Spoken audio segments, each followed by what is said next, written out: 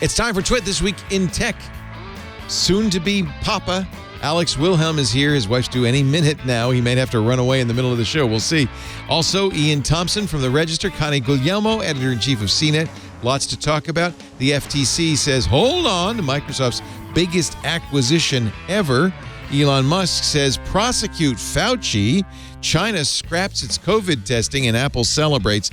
Plus, a big move from Apple to bring end-to-end encryption to iCloud. And then we'll talk about the word of the year. A lot of great stuff coming up next on Twit. Podcasts you love. From people you trust. This is Twit.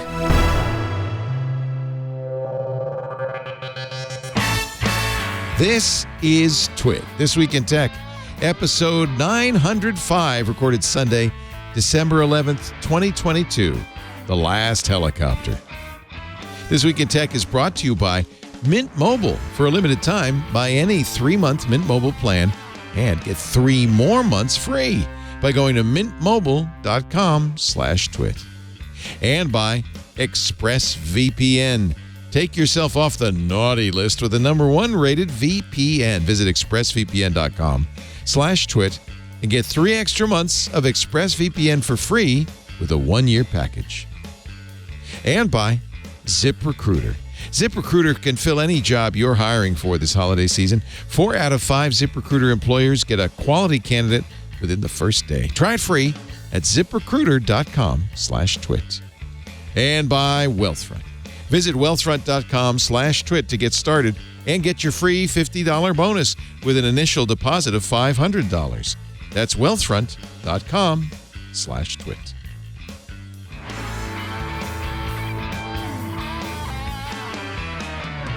It's time for Twit This Week in Tech, the show where we cover the week's tech news with the best journalists in the business, or at least the ones that are available on a Sunday afternoon. Ian Thompson is in studio with us. It's so great to see you, U.S. editor of theregister.com now, and a longtime stalwart in the show. Oh, always fun to pop up. Lovely to see you. I appreciate your coming up. I think we've got to get back into the office back into except getting in there these everybody's days. Getting sick all of a sudden, so I'm not sure you're right on that. Well, flu, colds, but it's... I'm nervous, man. I'm scared. Also with us from beautiful beautiful Lower East Side, Providence, Rhode Island, Mr. Alex Wilhelm, fully shaved. Hey, everybody. You just, nothing. There's no hair. No hair at all. It took a while. It hurt. I bled a little bit. You look now good. We're here. You actually look good. Thank you. I tried very hard for you, Leo. I knew you were going to show up wearing something silly, and I'm like, you know what? We'll go serious. You look like a baby. Like, and like a very old baby. Since a baby in your household is imminent, I thought you were just doing it in tribute. No, this is my usual MO. Actually, Define Jason Howell asked if I could come on next week's Twit, and I said, well, that's our due date, so probably not. No. And he was like, well, how about the week before? And I'm like, yeah. But I have already given you permission. I want everyone to know, if the call should come, then you must leave, and you don't even have to say goodbye. You just get the hell out, Well, that's fine. But then if I get bored and just want to leave and I just bounce, people will expect me to arrive tomorrow morning with a child. Baby. So just say, hey, I'm the baby. That's all.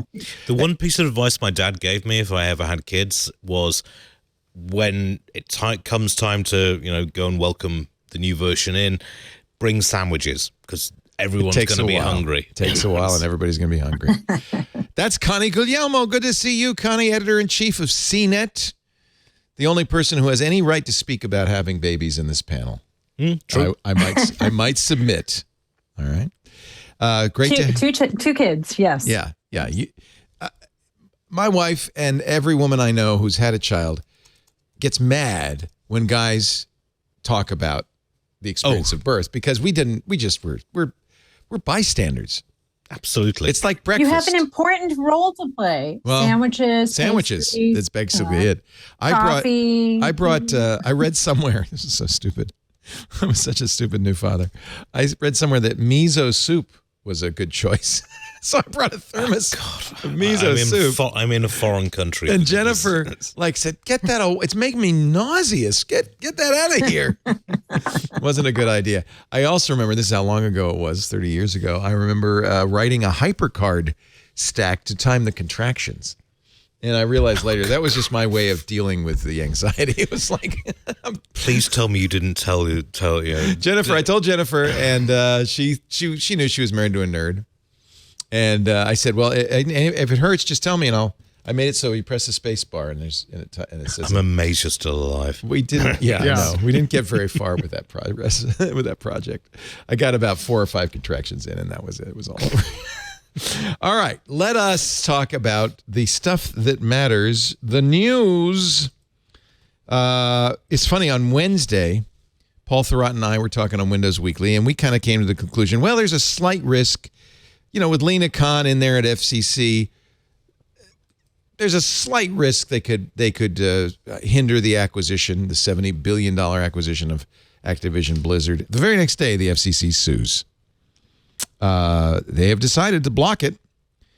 Any thoughts on that, Connie? The Microsoft's contention is this makes us the number 3 gaming company. Come on, we're not dominant. Well, whenever it comes to Microsoft and monopolies in any market, there's a little bit of history there that gets people nervous. That said, the FCC does face a little bit of an upward challenge because this is what's called a vertical merger, where they don't directly compete 100%. Yes, Microsoft has Xbox. You made the point they'll be number 3 in the market, but arguably that's not Microsoft's largest business, even with the acquisition. But, people are very skeptical of big tech these days, as we all know. There's a lot of power in these large companies, and anything that gets a large company even larger is going to raise questions and suspicions. So we'll see how this plays out. Like I said, from a legal perspective, there's a vertical merger is not the same as a different, a monopoly-making merger, but nonetheless, it's the era of distrust in big tech. Microsoft did a little tour of contrition. Can you have contrition before the act? Where they went to Sony and said, the fact they even said, Rich Turner said, Richard Spencer, Philip Spencer, I'm sorry. What's his name? Yeah, Philip Spencer said, who was the head of Xbox, said, we would give them a forever contract, but we can't. So we're going to give Sony 10-year guarantee that Call of Duty will remain on PlayStation 5. They went to Nintendo, did the same thing. Mm-hmm. I think did they go to Steam? I think they did. They went to Steam and did the same thing. So they reassured everybody, hoping that this would forestall the FCC's action. And certainly this was one of Sony's biggest concerns is, well, if Microsoft owns Call of Duty, they're not going to allow it on our PlayStation. And I think that's silly. Of course they are. Does it make money? Yes. Oh, good. You can sell it. Alex, is that a big concern? Certainly exclusives make a big difference in console gaming. I just don't feel like console gaming is Microsoft's biggest business. That's where I wanted to go with this. I think we're right about the FTC and the kind of legal world that we live in. But my question is, why do they really want it? And also, if we can't stop this style of acquisition, what can we stop?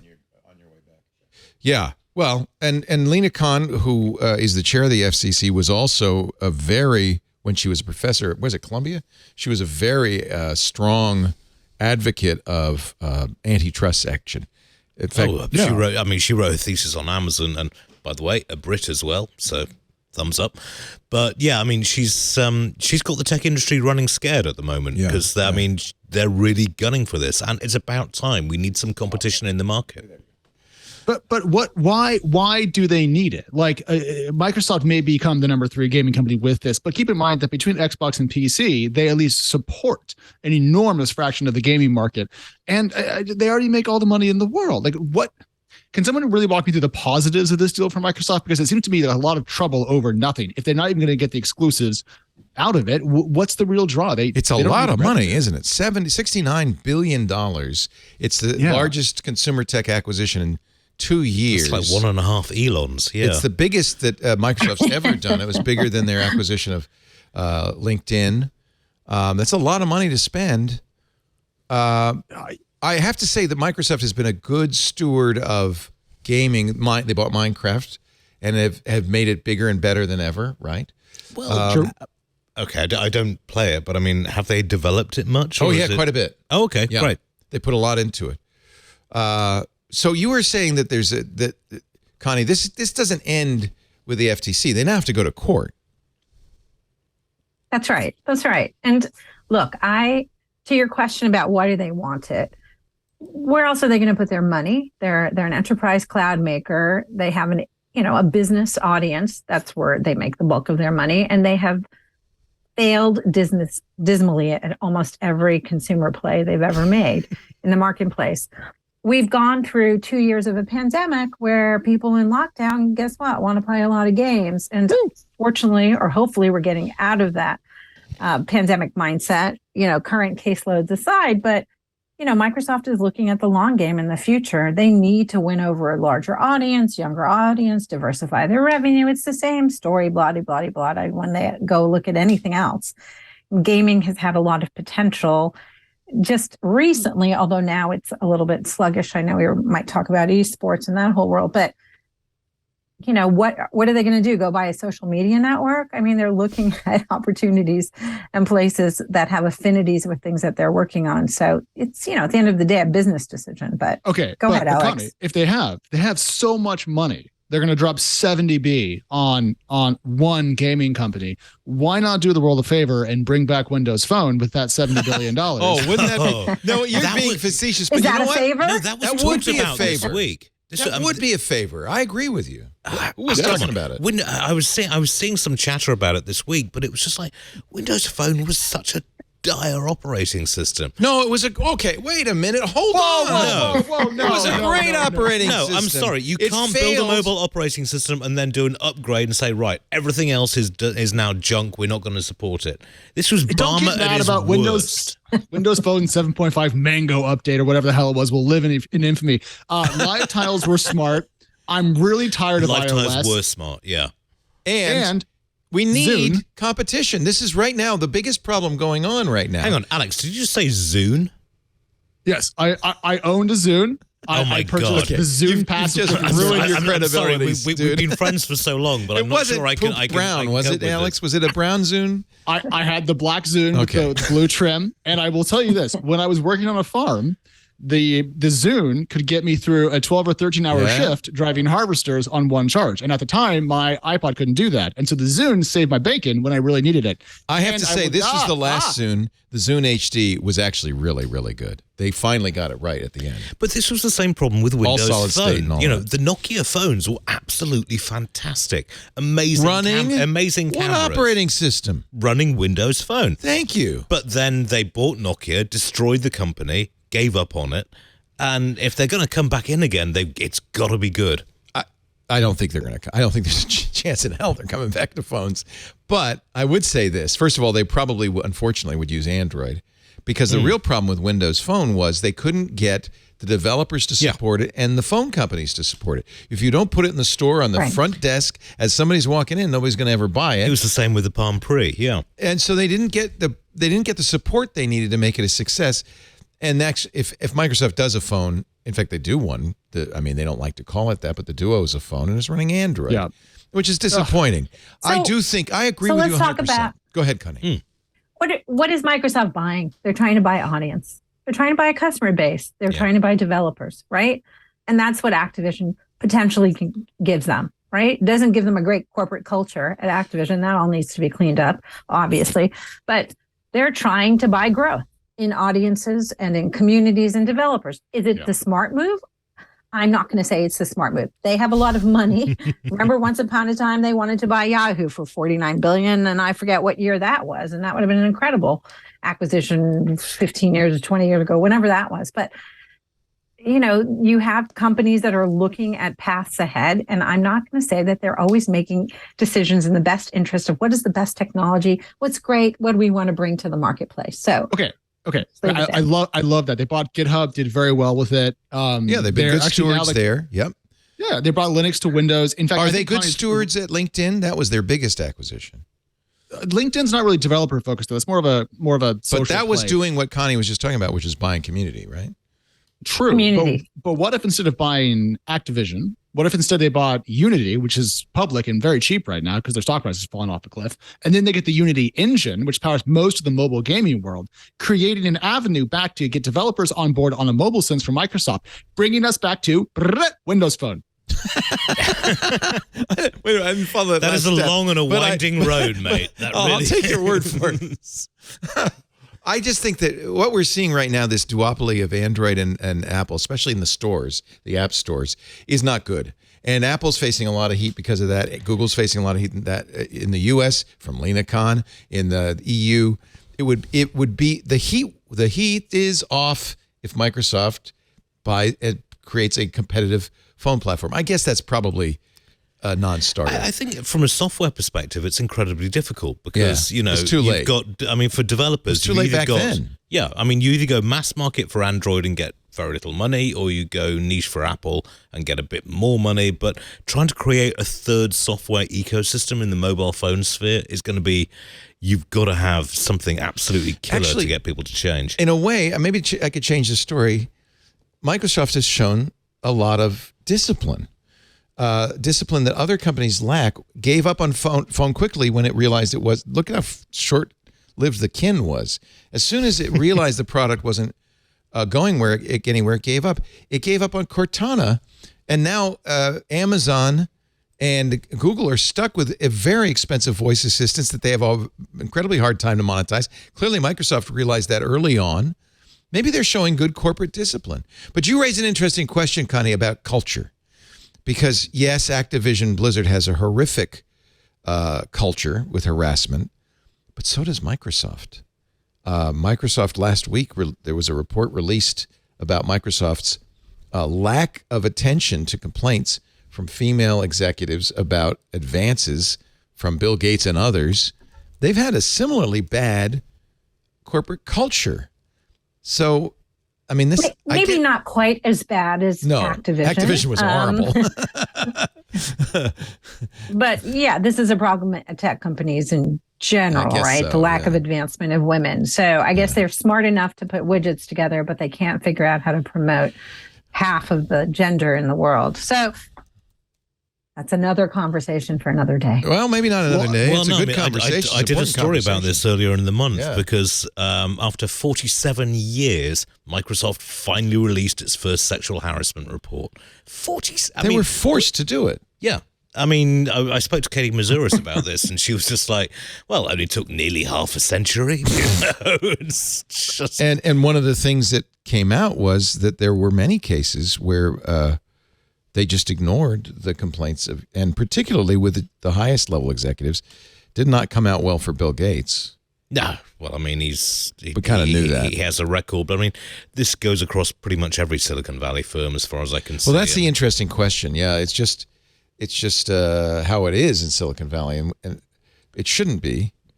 Should do something about it, I guess. But it's changing. It is changing slowly, but it's changing way too slowly. That's not going to come into any consideration. A court's not going to consider that. FTC's not considering that, right? I mean, it's just considering the market and the amount of share that market would get.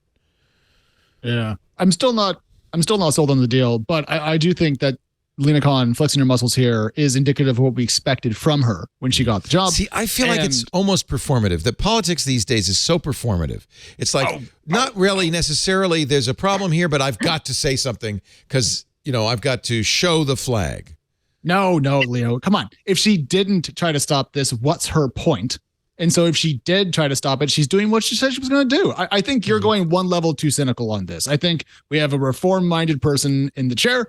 There's a big deal with a big company coming through. It'll make an even bigger company. And frankly, put aside the fact that it's Microsoft, that it's Activision Blizzard, that it's big tech. Microsoft is one of the biggest companies in the world, period, and it wants to buy an enormous company that may change the competitive landscape. This is where we should have the government come in and be like, actually, $2 trillion in market cap is sufficient. Like, come on, if we can't stop this, then what deal would not trip the red lines of corporate agglomeration? This is the blob.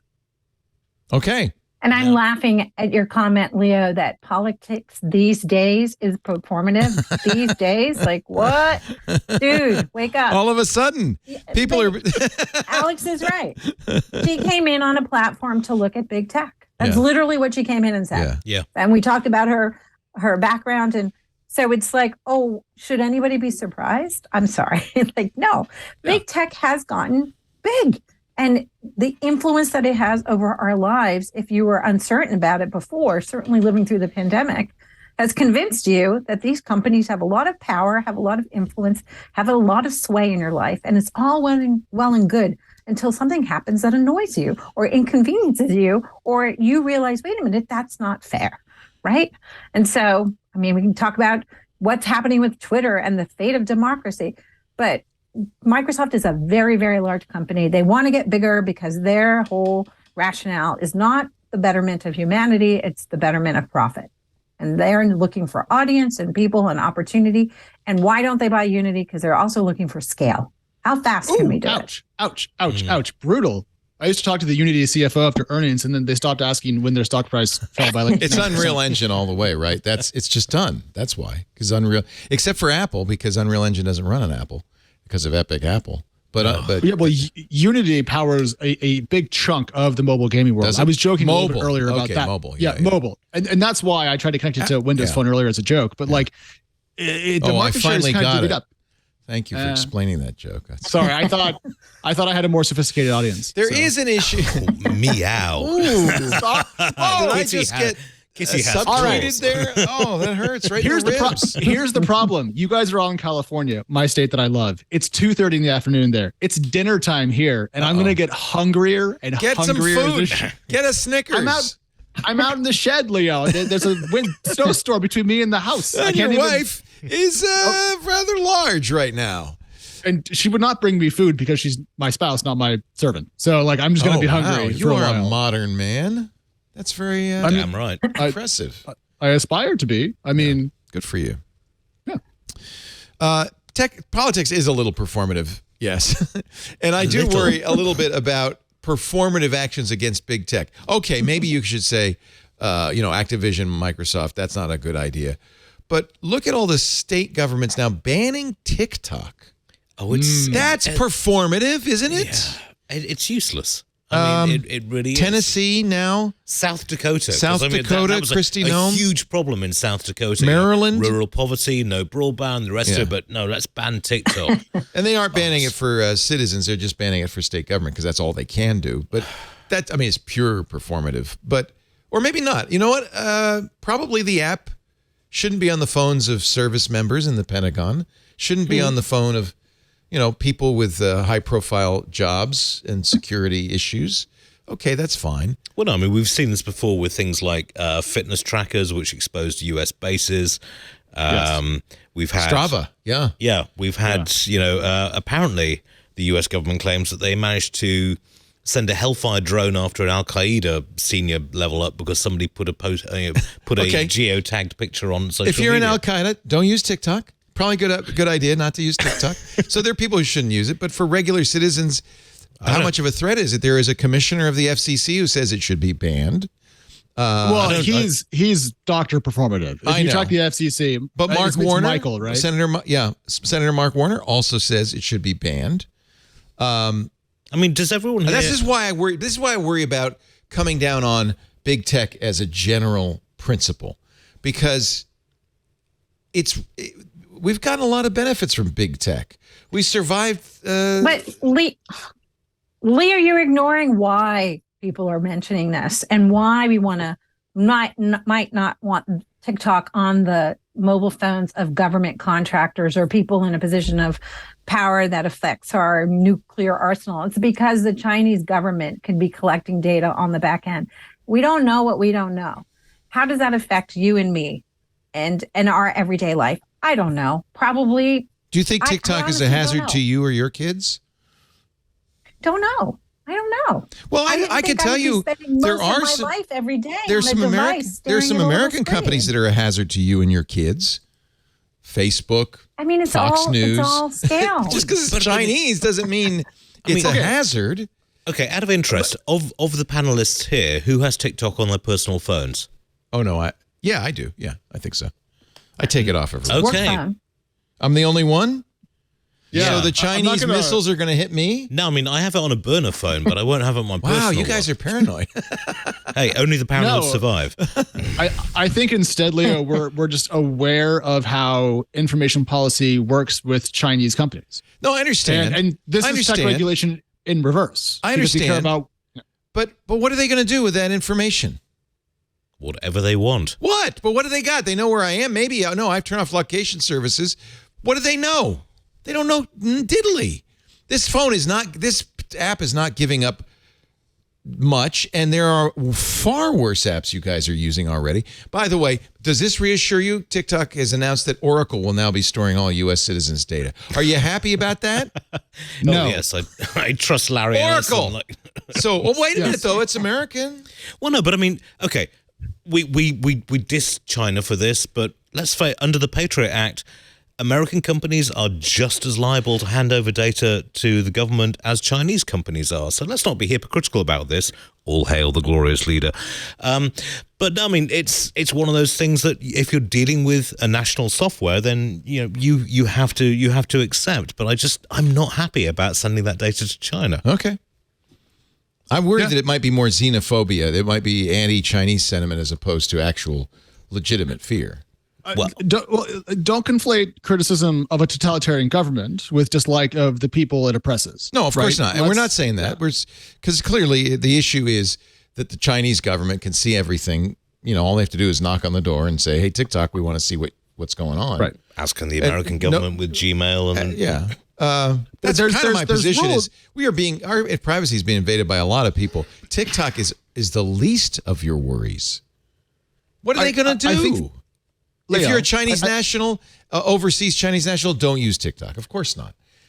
You shouldn't use WeChat either, which you do because that's how you stay in touch with your family. Yeah, I understand that. But me, you, Connie, what are they getting that's so scary? They're getting a psychographic profile of who you are. And what you're interested and what you like and what you don't like. And by the way, TikTok is making this big push around the world, not yet in the U.S., to set up e-commerce shops so that you can buy stuff. Then I get even more data about you, what you liked and what you didn't like and what you bought and what you didn't buy. And so they're creating a profile of you at a very, very minute level, starting with what kind of dance music you like to or what silly videos you like to So watch. are you less worried about Instagram knowing all that? And by the way, they are selling stuff? So I'm going to repeat what Ian said. As journalists who follow this stuff, we're nervous about all of it. Okay. We don't know what they're doing with it. And, Andy Grove is right. Only the paranoid survive. But I do remember that app that everybody was so enamored with where you could put in your photo and then it would age you and show you what, what you look like as you got older. Oh, what's the big deal? It's just a game. Well, now that somebody's building a world database of every face on the planet. And face recognition, I agree. I agree. Well, I mean, Clearview is doing this on an industrial scale. I do get slightly peeved when I see all these people. Oh, this is what an AI generator makes my face look like. It's like, right. So you've given that AI system 6 to 8 pictures of your face. You think they're just going to delete those? It's just bonkers. I'm just more worried about American companies who, without any restriction, collecting information about us, which we allow because they're American.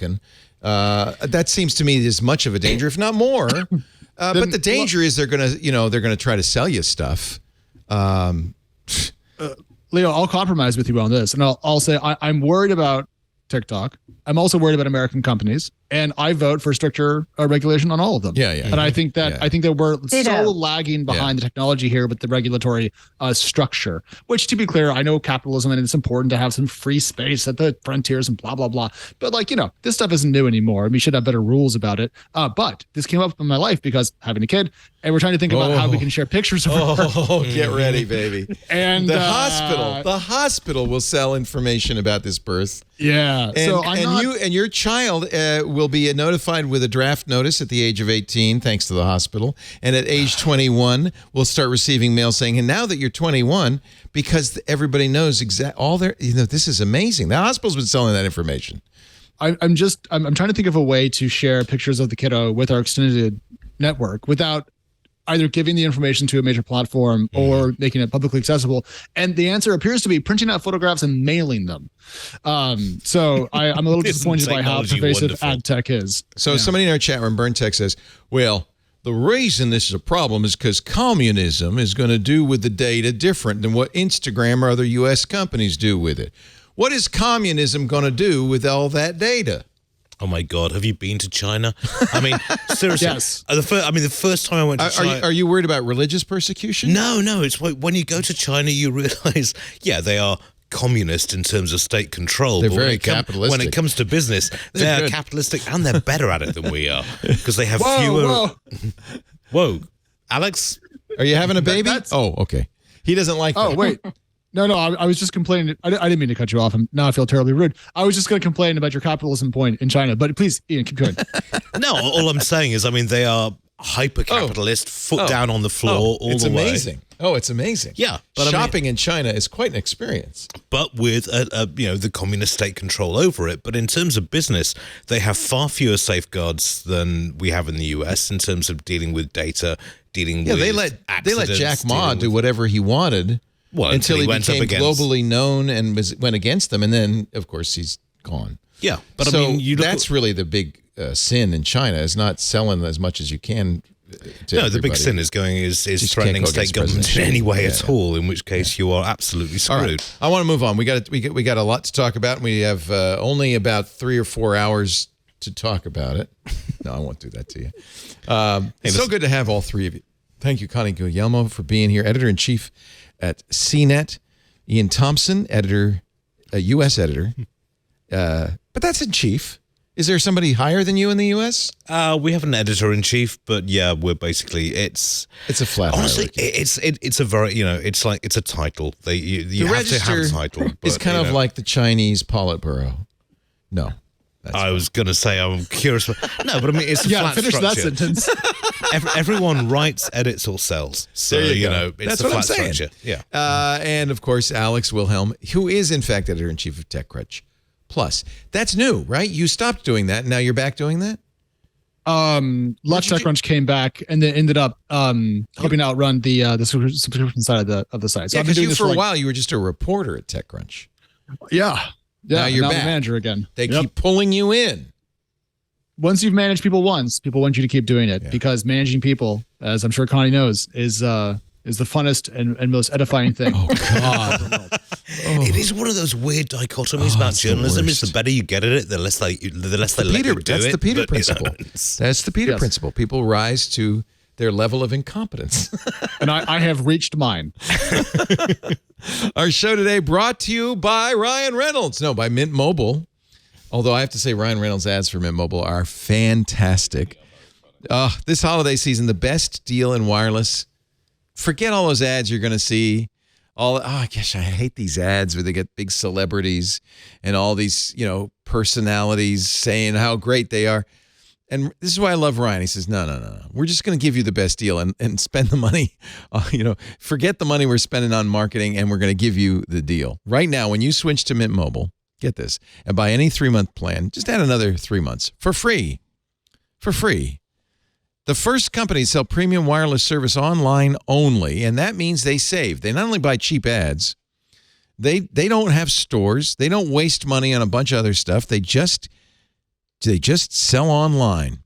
You can order and activate from your very home. In fact, now they support eSIM, which is great. You don't even have to get a SIM mailed to you. You can just put it in. And you're going to save tons in the phone plan. Now, people always come to me and say, I got a great deal. I'm only paying $75 a month. I'm only paying $50 a month. How about $15 a month for unlimited nationwide talk and text, high-speed data on the nation's largest 5G network? $15 a month. Come on, beat that. I guarantee you, I've looked. No one can beat that. That is a great, great service. I've been using Mint Mobile now for 2 years. This would be a great time to switch. I got to tell you, there's a sting when you get your cell bill from those other guys. It's big.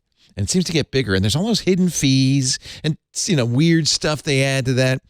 No, Mint Mobile, it's very simple. No hidden fees, no magic stuff, just $15 a month. And for a limited time, buy any 3-month plan, you get 3 more months free. by going online only with eSIM, eliminating the cost of those stores. Mint Mobile passes significant savings on to you. All their plans, unlimited talk and text, high-speed data. I'll tell you the secret. They're on T-Mobile. They're T-Mobile MVNO. So if you get good T-Mobile service, you're going to get good Mint Mobile service. It's great. And by the way, I'm getting 5G. T-Mobile calls it UC, ultra capacity, almost everywhere. Almost everywhere now. That's amazing. Bring your phone if you want. Switch effortlessly with eSIM if your phone supports it. If you need a new device, they sell phones too. A great place to get an iPhone SE or an iPhone 14. And for a limited time, you'll get 6 months of service free when you buy a select device and plan. Wait a minute. They buried the lead. Half a year free when you buy a phone from them. Switch to Mint Mobile. You'll get premium wireless service. Great service. $15 a month. They have unlimited plans. They have other plans as well. $15 a month is 4 gigabytes of data a month. For most people, that's all you need. Why are you paying more? Cut your wireless bill to $15 a month. For a limited time, buy any 3-month Mint Mobile plan. Get 3 months more free. Go to mintmobile.com/twit. mintmobile.com/twit. This is absolutely the best deal in cell phones, and there's just no reason not to do it. mintmobile.com/twit. Thank you, Mint Mobile, for supporting This Week in Tech. You support us too, and this is very important by using that address, that extra little thing at the end /twit, because that's how they know you saw it here. mintmobile.com/twit. This surprised me, kind of. You just briefly mentioned this. Bloomberg had a story this week that esports is fading. The hype around esports is fading as investors and sponsors dry up. And I was just saying a couple of weeks ago, I thought esports was about to take over from the NFL and FIFA and everybody. I guess I was wrong. Funding sources are dwindling. Signs abound. This is Cecilia D'Anastasio at Bloomberg writing. Signs abound that athletic competition via video games doesn't have anywhere near the earning potential investors anticipated. Doesn't this come back to what you were saying, Connie, with, we're coming out of lockdown now, so, just sitting in playing games all the time just isn't the option that it was, a couple of years ago?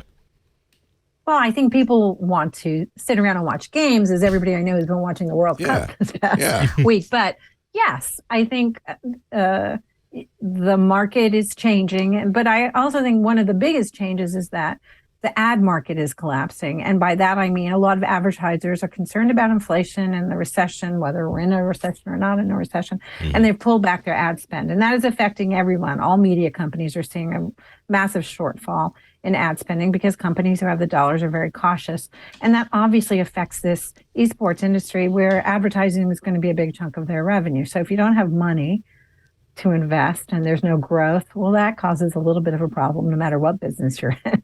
Well, but that's an interesting question.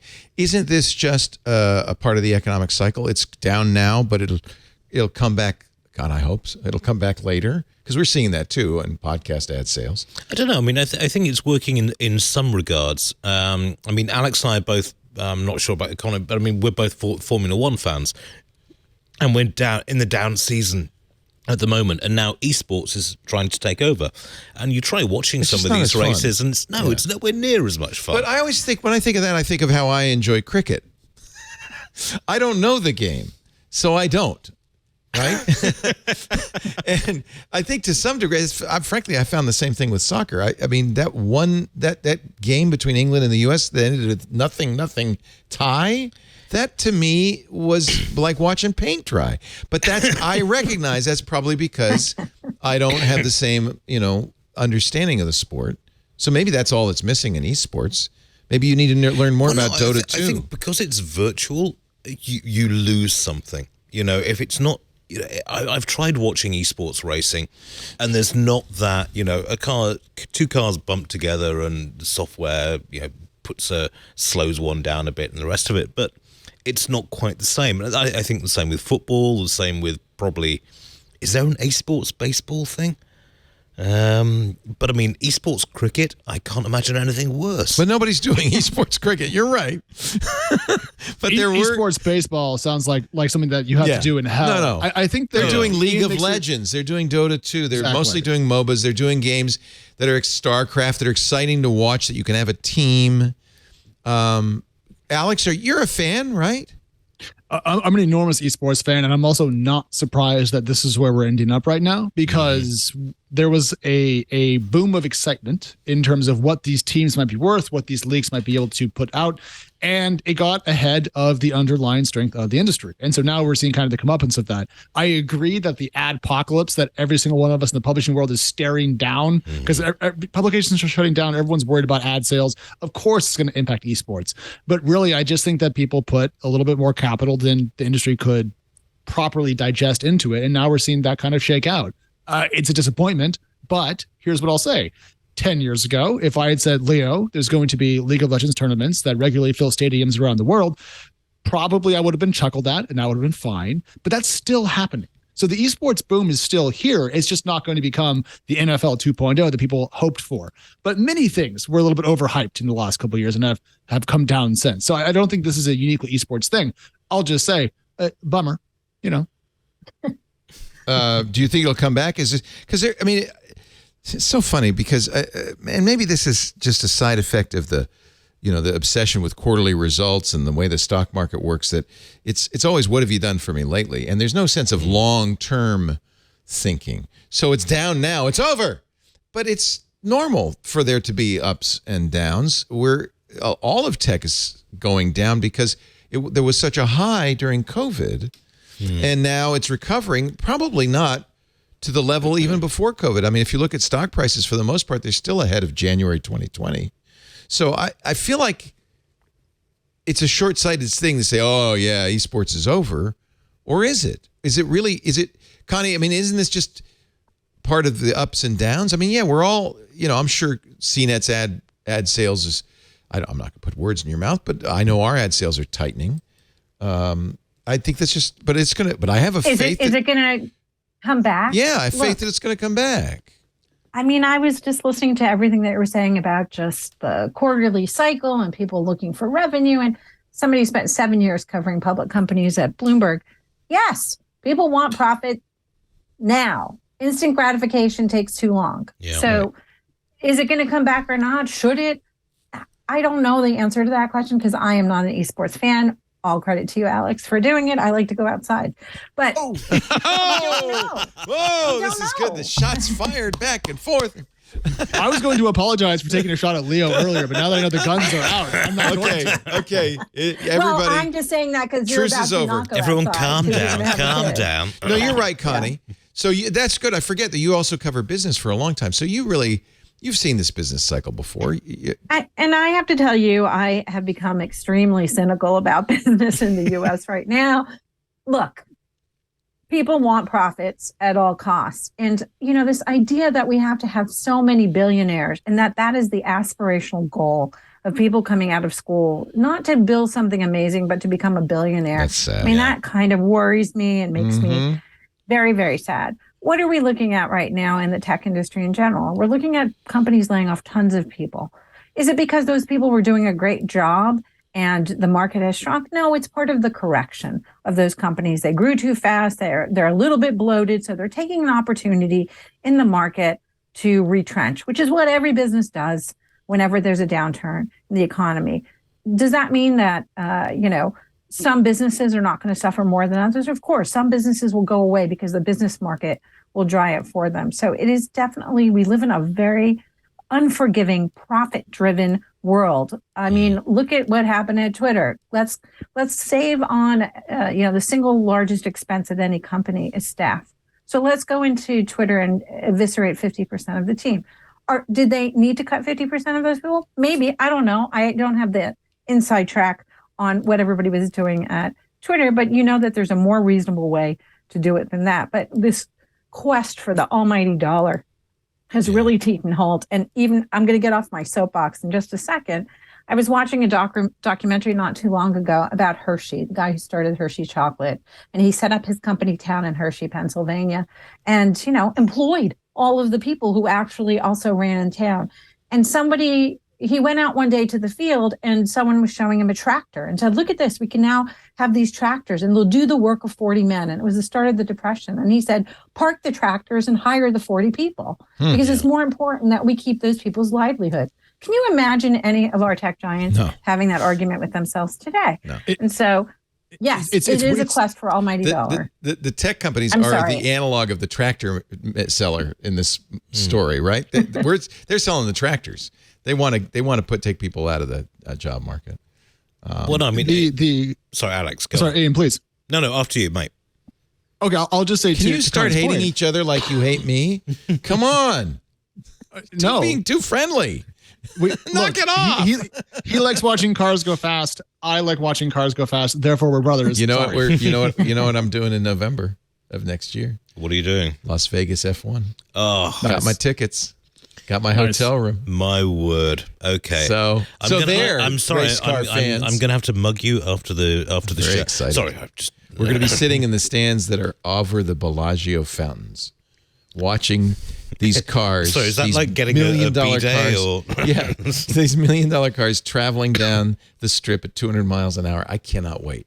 It's over. That's going to be excellent. But back to the I'm sorry, yes. No, you're fine.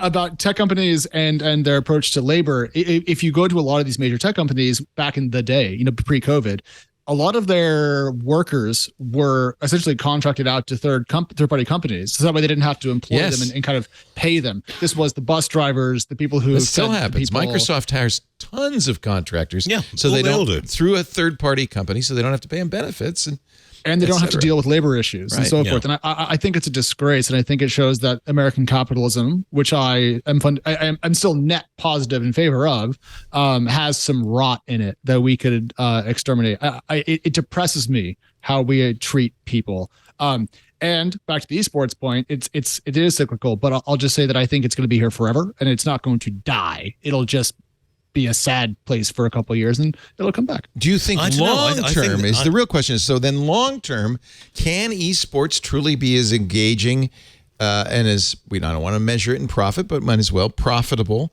as the big sports today, NFL and NBA and well, I mean, the major soccer. Profit in sports is broadcasting and then ancillary services. Yeah. Now, broadcasting, esports can take some of that, but, there's an enormous amount of money goes into the stadiums, into stuff that's sold live.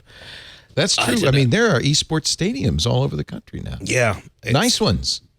Yeah. So, I have to say, I was watching the League of Legends, I think it was League of Legends finale in San Francisco. Did you see they had Lil Nas X in the opening show and everything? I think I played a little bit of that, except it probably was taken down on the show a couple of weeks ago. But what was impressive to me, and bodes well in long term, is the announcers. 5 years ago, esports announcers were terrible, right? They sucked the life out of the thing. Now they're good. They are as good as any NFL or NBA announcer. They bring life to it, and they need to, because these games are complicated, hard to understand, and they need to bring people in. There's also the problem of, and this may be a more intractable problem, the people playing these games don't look so good. Because when you're playing a game like Dota 2, you're kind of slack-jawed and glassy-eyed. Have you seen British rugby players? I mean, it's like no, they're good-looking. Hanging down. No, but they're good-looking. These guys, watching somebody play a game is not. That's bad, right there. Well, you don't watch the esports game to watch the players' faces. Well, they give you a little player cam so you can see. That's a problem. That's up close and personal. We need to get up close and personal with these guys. I will say that esports announcements has gotten a lot better. It's really. And I was impressed. Boy, especially the League of Legends teams have some really, really insanely high levels of prep. I watched a backstage type video of one League of Legends tournament and how they had the meetings talking about the matches that were coming up and what they were going to talk about. Yeah. And it was just a level of preparation that I found just very professional and impressive. And so they put in the work. But I will say, I haven't played League of Legends in a couple of years because I played other stuff. And I came back to watching a little bit of The Last Worlds, and I was like, they've changed everything. Oh no, what are these symbols? And I felt like now you know how I feel. Yeah, it's like, what's going on? Yeah, you have to stay current, and I think that's tough given the amount of competition out there. There's not that many sports that make it on TV, frankly. That's going to hurt. That is going to hurt esports because you have to pick a winner. You can't have 15 games that everybody plays. It's too many. You got to pick one. No one's ever going to watch an Age of Empires esports thing. Oh, I would. That's exciting. Yeah, but it takes hours. Oh, well, that's true. You got to speed it up. You got to speak. So does a baseball game. Looking at and a Connor's cricket game takes weeks. So come on. Yeah, but you know. Right. I think we can take Connie's camera shot as indicative of what the audience feels about our esports. She's so bored. dull. I'm sorry. All right. So let's moving on. It's true. Yeah. It's true. Moving on. Sorry. Never mind. I'm sorry I brought it up. Let's take a little break. We'll come back with more. What? Our show today, my friends, brought to you by ExpressVPN. Now, I have to tell you, it comes up a lot for a lot of people where you're somewhere where you want to watch, that game or you want to watch that movie, but geographic restrictions prevent you from doing so. That's one of the three main reasons people use virtual private networks. The other reason, of course, this is security. When you're on open Wi-Fi access point, it's a very good idea to encrypt all your traffic, not just some of your traffic. That's what a VPN does, so nobody can spy on you. And the third one is privacy. Now, maybe you've heard, but Santa Claus is coming to town, but Santa Claus keeps the most privacy invasive list in the world, the naughty or nice list. He knows when you are sleeping. He knows when you are awake. Now you need a VPN. If you cannot avoid the all-seeing eye of your internet service provider. And by the way, it's completely legal in this country, and it is a widespread thing to do to sell your information about what you do on the internet to third-party marketers. That's one of the, Facebook isn't going to sell it because they want to keep it to themselves. But the internet service providers, they aren't ad companies. They are information gathering, sucking companies that want to sell it to third parties. This holiday season, protect yourself online, get rid of the regional restrictions you don't need, and give yourself and your loved ones the gift of privacy. ExpressVPN. You said, I'll use privacy mode in my browser. No, that doesn't mean anything. All it does is it keeps your browser history invisible to people in your house. Your internet provider, AT&T, Verizon, Comcast, they see everything you're doing. Everything you're doing. They know how much time you spend on each site. They've almost certainly sold it to advertisers. With ExpressVPN, all your traffic gets rerouted through an encrypted server, so your browsing activity remains entirely your business. Now, I'm going to add one more thing.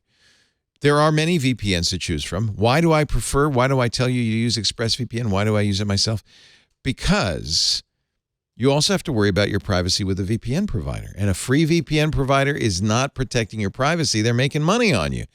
ExpressVPN's affordable, less than $7 a month with our offer, but still, I think that's a good price. But you want a VPN provider that costs money. You want a VPN provider that guarantees your privacy.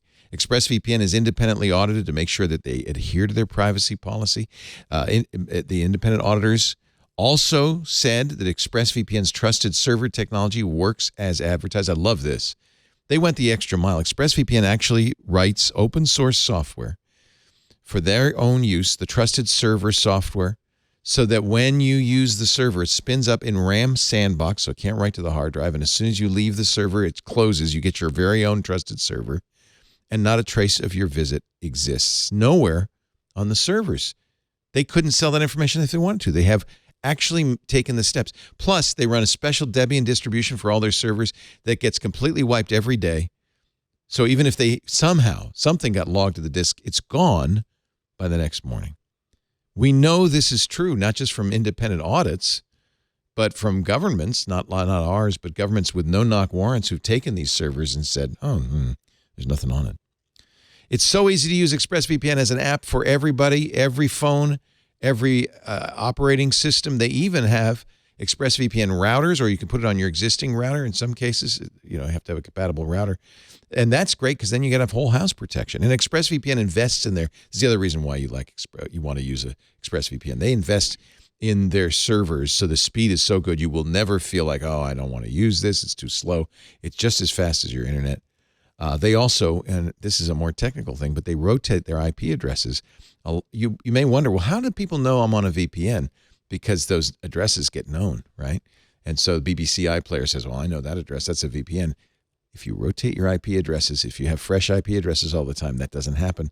Another reason to use ExpressVPN. Take yourself off Santa's naughty list with the #1 rated VPN service. Visit expressvpn.com/twit. 3 extra months free when you buy a 1-year plan.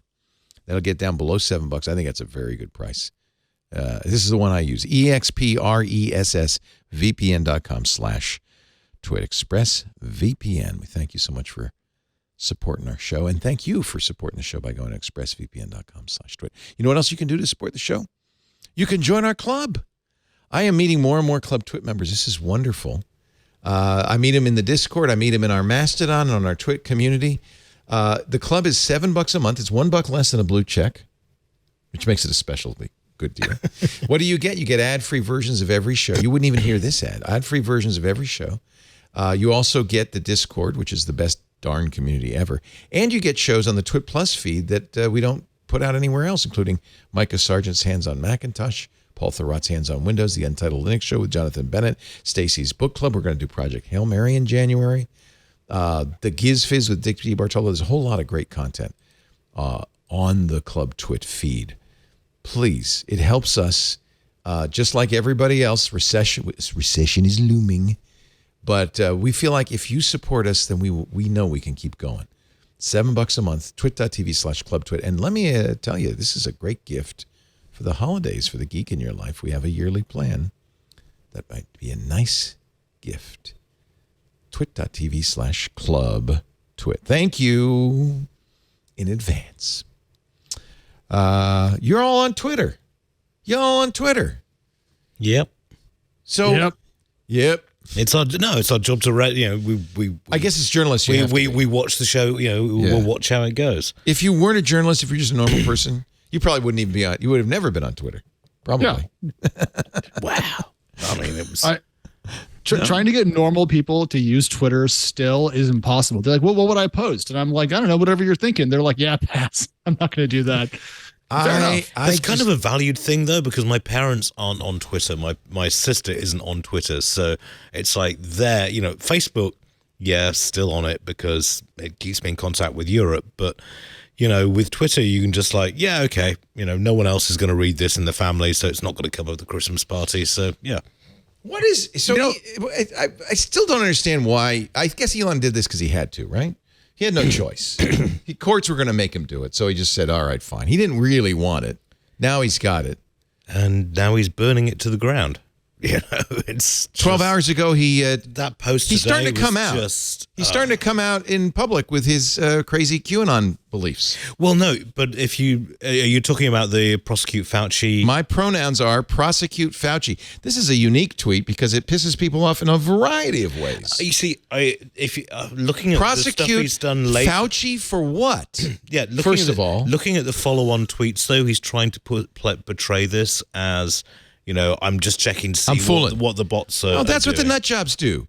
They say, "Oh, just joking. It's just a joke. Why are you taking it so seriously?" It's just I can only assume he was smoking heavily yesterday. Oh, I don't want to give him any excuses at all. Did you? Now, on the other hand, I am looking forward to buying one of Twitter's old coffee machines. So there's that. I guess he's figured out another way. Another way to make money besides firing everybody is having a massive auction of all the Twitter stuff. Have you seen this? This goes on sale. I think it's a one-day only sale from the Heritage Global Auction House. Surplus corporate offsets of Twitter, featuring kitchen equipment, electronics, furniture, memorabilia. Look, they have 100 Twitter bird statues. I would buy one of those. I would love that. I can't tell how big it is. Yeah, that's the question. Can I put it like as a living room feature? How about an @ sculpture planner? It's sold. Send me this URL. I'm gonna bidspotter.com. beautiful Eames chairs, molded plywood lounge chairs. Those are expensive. Their starting bids are low, but they'll go up quickly. It's only a 24-hour auction, January 17th. But wait, there's more. Look, here's a beautiful coffee machine. That's a beautiful $25. You wire that into your house, you'll never have to go to Starbucks again. A is this a Marzocco? There are quite a few of those, actually. Some burr grinders. I think this is also performative to some degree. Like Elon is showing how pampered and overindulged the employees were. I think there's an element of that. As someone in the forum has just noted, Christina Warren is going to be onto this. Like, she'll love this. Yeah. But Under-counter freezer drawers. They shut down the cafeteria. In fact, there was a sad tweet from the people who had been making food for Twitter employees for more than a decade saying, "Thanks, it's been fun. Goodbye." It was a good cafe, it has to be said. Was it? I've never been there. The food there was very, very good. Wow. But I mean, Elon's right to close it down. Yeah. On the other hand, I mean, the point is, ooh, how about Twitter, this? 'cause I used to work, gas deck type pizza oven. We could open a Pepe's here. I have in to say Petaluma. that's not something you need in the office. But I mean, Whoa! Hey, what's the point of being a ridiculously wealthy tech company if you can't have a pizza oven and under desk? It is kind of drawer? amazing because Twitter only had, I think, one profitable quarter, right? This was not a company making money over the last 17 years. well, San Francisco city authorities have got to be slightly peeved because they gave Twitter this sweetheart deal on building tax deal on building their headquarters in the Tenderloin. And if the cafe's shut down, then Twitter employees are going to go out and have to go out and find food in the Tenderloin, which it's not in the Tenderloin. It's nearby. Oh, it's 8th Street. It's on Market Street. Well, so was UN Plaza, and I worked there for a year and a half. Oh, that was no fun. And that was, when you see people. No, I can't say it. It's too rude, but it's not a nice area. The Twitter Cafe is part of the diss against Twitter because they did get a discount and all sorts of tax credits from San Francisco to set up their headquarters on this corner of a marginally sketchy neighborhood. How about we call it that? Yes, that's fair And enough. the idea was that Twitter would get these tax breaks because they would help revitalize that neighborhood. But what they ended up doing was creating this on-site enclave that nobody ever wanted to leave, right? With excellent cafeteria and all sorts of foods and other perks. A roof and garden. So they there were protests outside, do you remember? And at some point Twitter employees threw fruit out the window at the protesters and people were like, "Great, organic fruit." So it never really helped revitalize that neighborhood. So there's been criticism of that deal as well. Absolutely. But that predates the current drama. That was a Dorsey deal. Valid. I hear you, but I will say I will never listen to someone who has their own private jet tell me what other people shouldn't have when it comes to perks. I mean, the world's richest man can't tell you to suck it up. Suck it up, buttercup. All right, let's talk about the Twitter files because that's the larger story of the week. Oh, God. Actually, I thought TechCrunch, Devin Coldway, had a very good piece. Musk's Twitter. So just the background, Musk has been teasing this for a week. He said, okay, 2 p.m., I'm going to release all the secret moderation files that are going to show how biased Twitter trust and safety was. And, the Hunter Biden laptop thing being the chief of these. Why did they take down those nude pictures of Hunter Biden? And then there's more, about people they had banned and so forth and so on.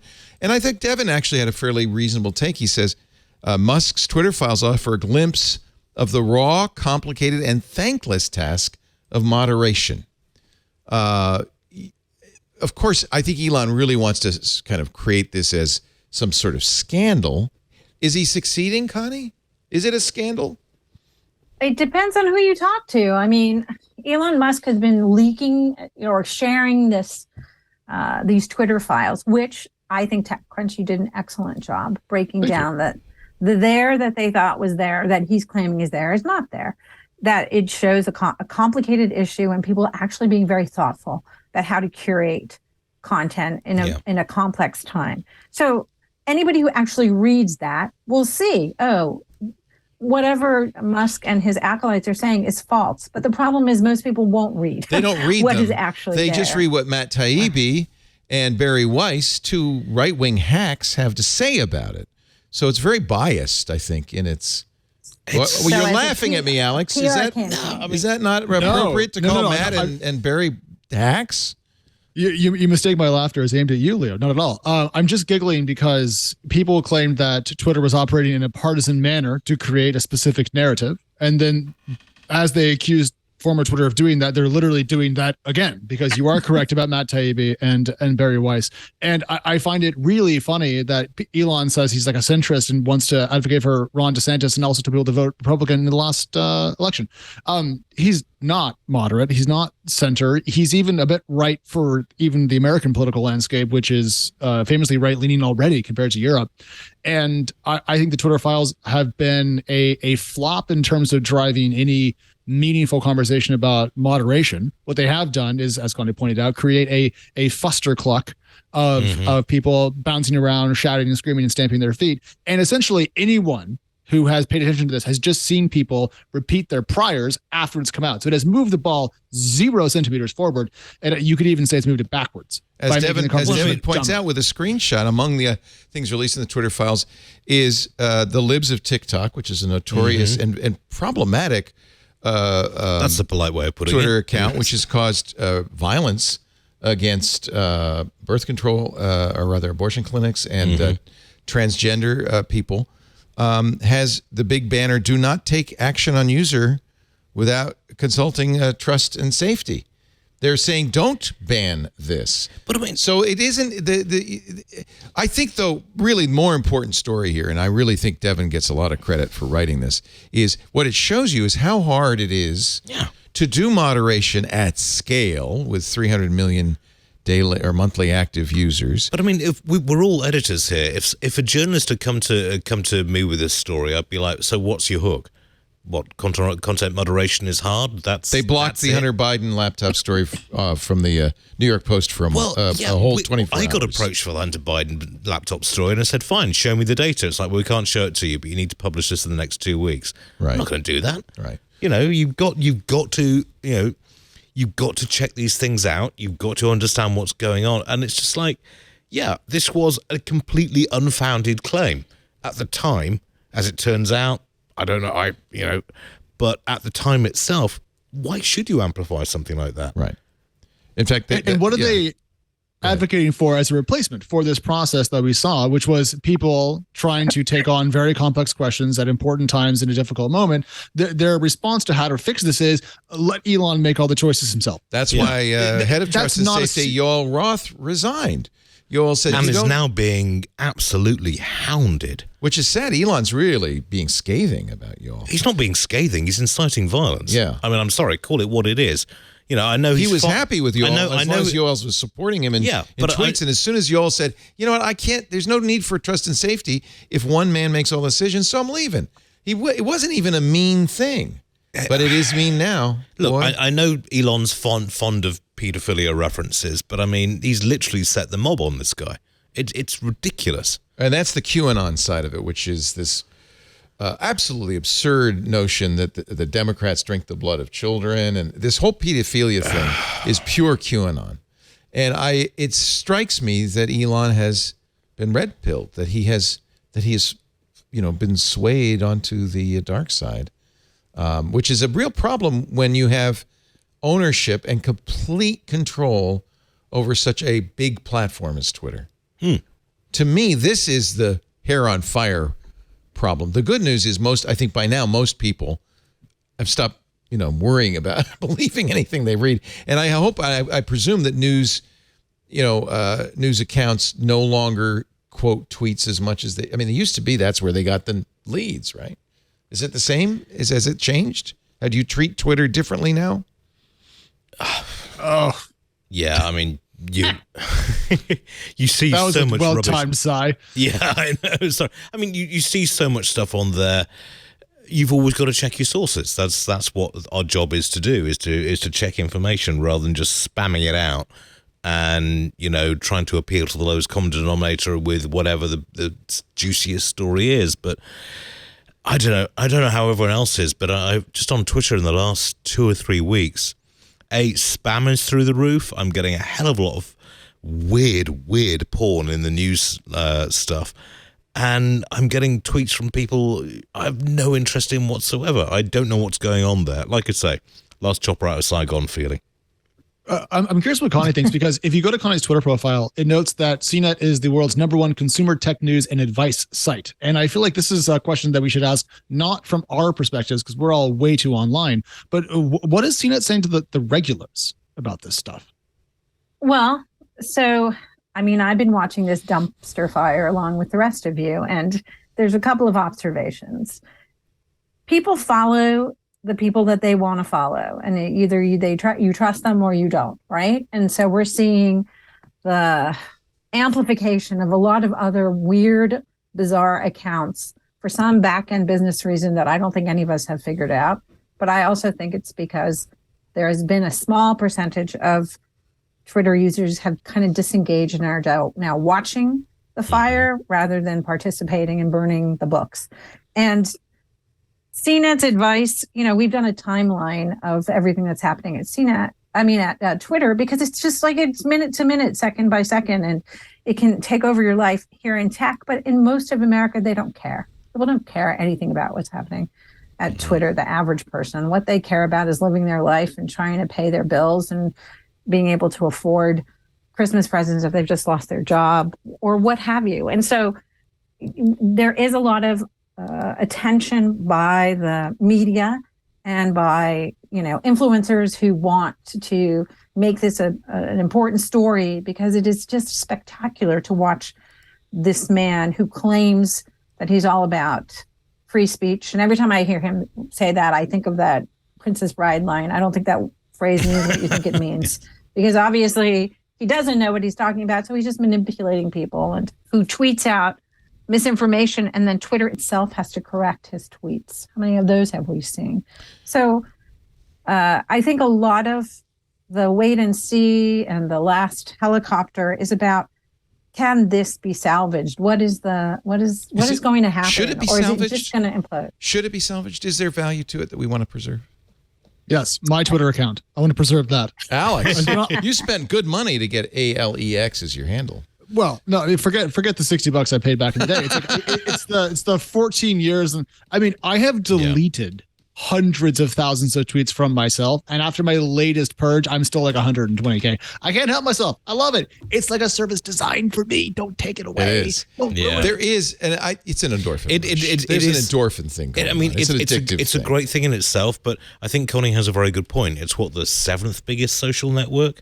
It's very popular with journalists, very popular with politicians, and that's pretty much it. Yeah.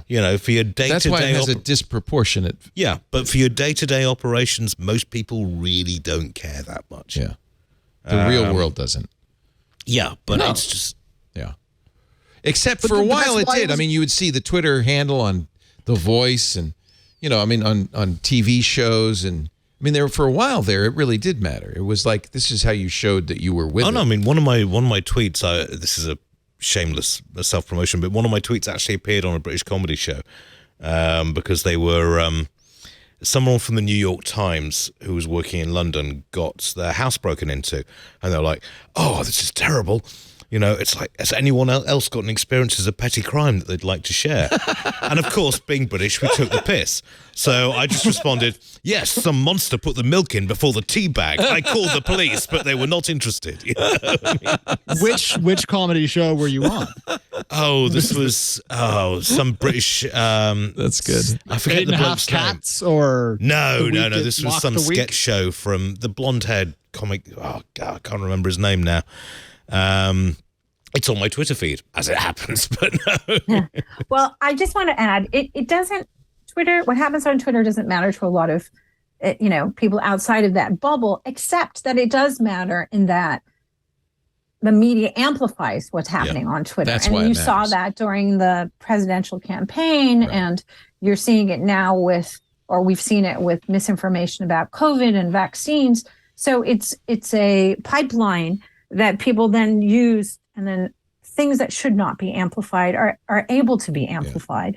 And why the former president was so distraught about being kicked off his free megaphone, because the reach and the PR amplification of that service, held him in good stead. And Trump used Twitter masterfully.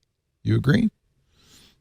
He used it very effectively, and I think that there's going to be, the history books will write many compelling histories and analysis of what went wrong and what misinformation and disinformation means and what it looked like during this period of time when people believed all sorts of really crazy things that you still question why they believe it, right? But you're also seeing now someone who has claimed that he wants to clean it up and he just wants truth to prevail, actually in a very short amount of time. I mean, when did he take over Twitter? In October. Swing from trying to be this voice of reason to this. Yeah, I don't know what's going disinformation. on. He reminds me in some ways of Donald Trump, kind of an attention whore, really. Like, I don't know if he cares about what he's saying. He just likes the attention. Oh, he's post-economic in terms of personal wealth, so he can do what he likes. But I mean, that's the dream, man. Actually, though, can he? I mean, there is some issue with this. He's got $44 billion sunk into this. Not all his money, but he has at least $1 billion a year interest payment he's going to have to pay. It's hurt Tesla stock significantly. It's hurt his own. He's lost $100 billion in net worth in the year alone. Now, anybody who's got more than $1 billion in net worth is, as to use Bill Gates' phrase, virtually infinitely wealthy. I mean, it's hard to spend that kind of money. So the fact that he only has $90 billion, big deal. But it could go worse. It could continue to struggle. Tesla's stock could continue to go down. I got to say, I mean, if you look at the kind of people that are buying Teslas, they're not going to be happy about the way Twitter is going. Yeah. It's not doing. I'll tell you where I'd be unhappy is that he's pulling in all these Tesla engineers who, by all rights, should be working on making full self-driving actually work to work on Twitter. In fact, there's a lawsuit on that. There's also a lawsuit on his compensation. He's paid $56 billion last year by Tesla. I mean, there's also and now he's got 3 companies to be running. I mean, there's a clear double standard on this because, I'm just trying to open Twitter up and make it available for all voices.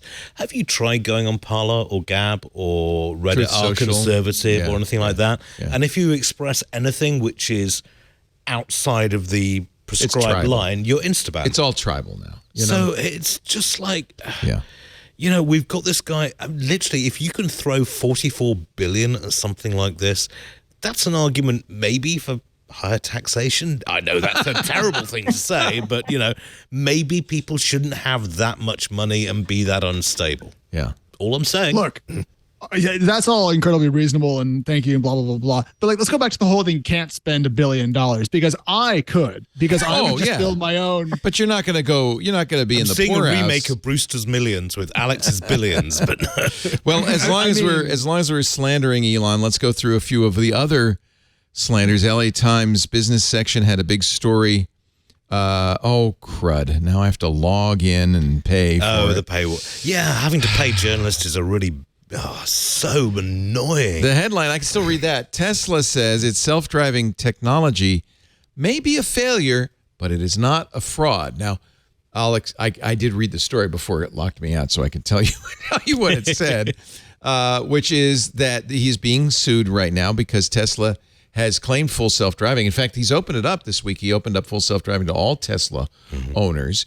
Very famously, there is something called the Paint It Black video, which is still on the Tesla site, which I think 6 years ago was put up on the site as an example of how a Tesla could drive autonomously. It says on the video, there's a disclaimer saying, there's a driver for legal reasons. So you have to have somebody in the seat, but he's not driving.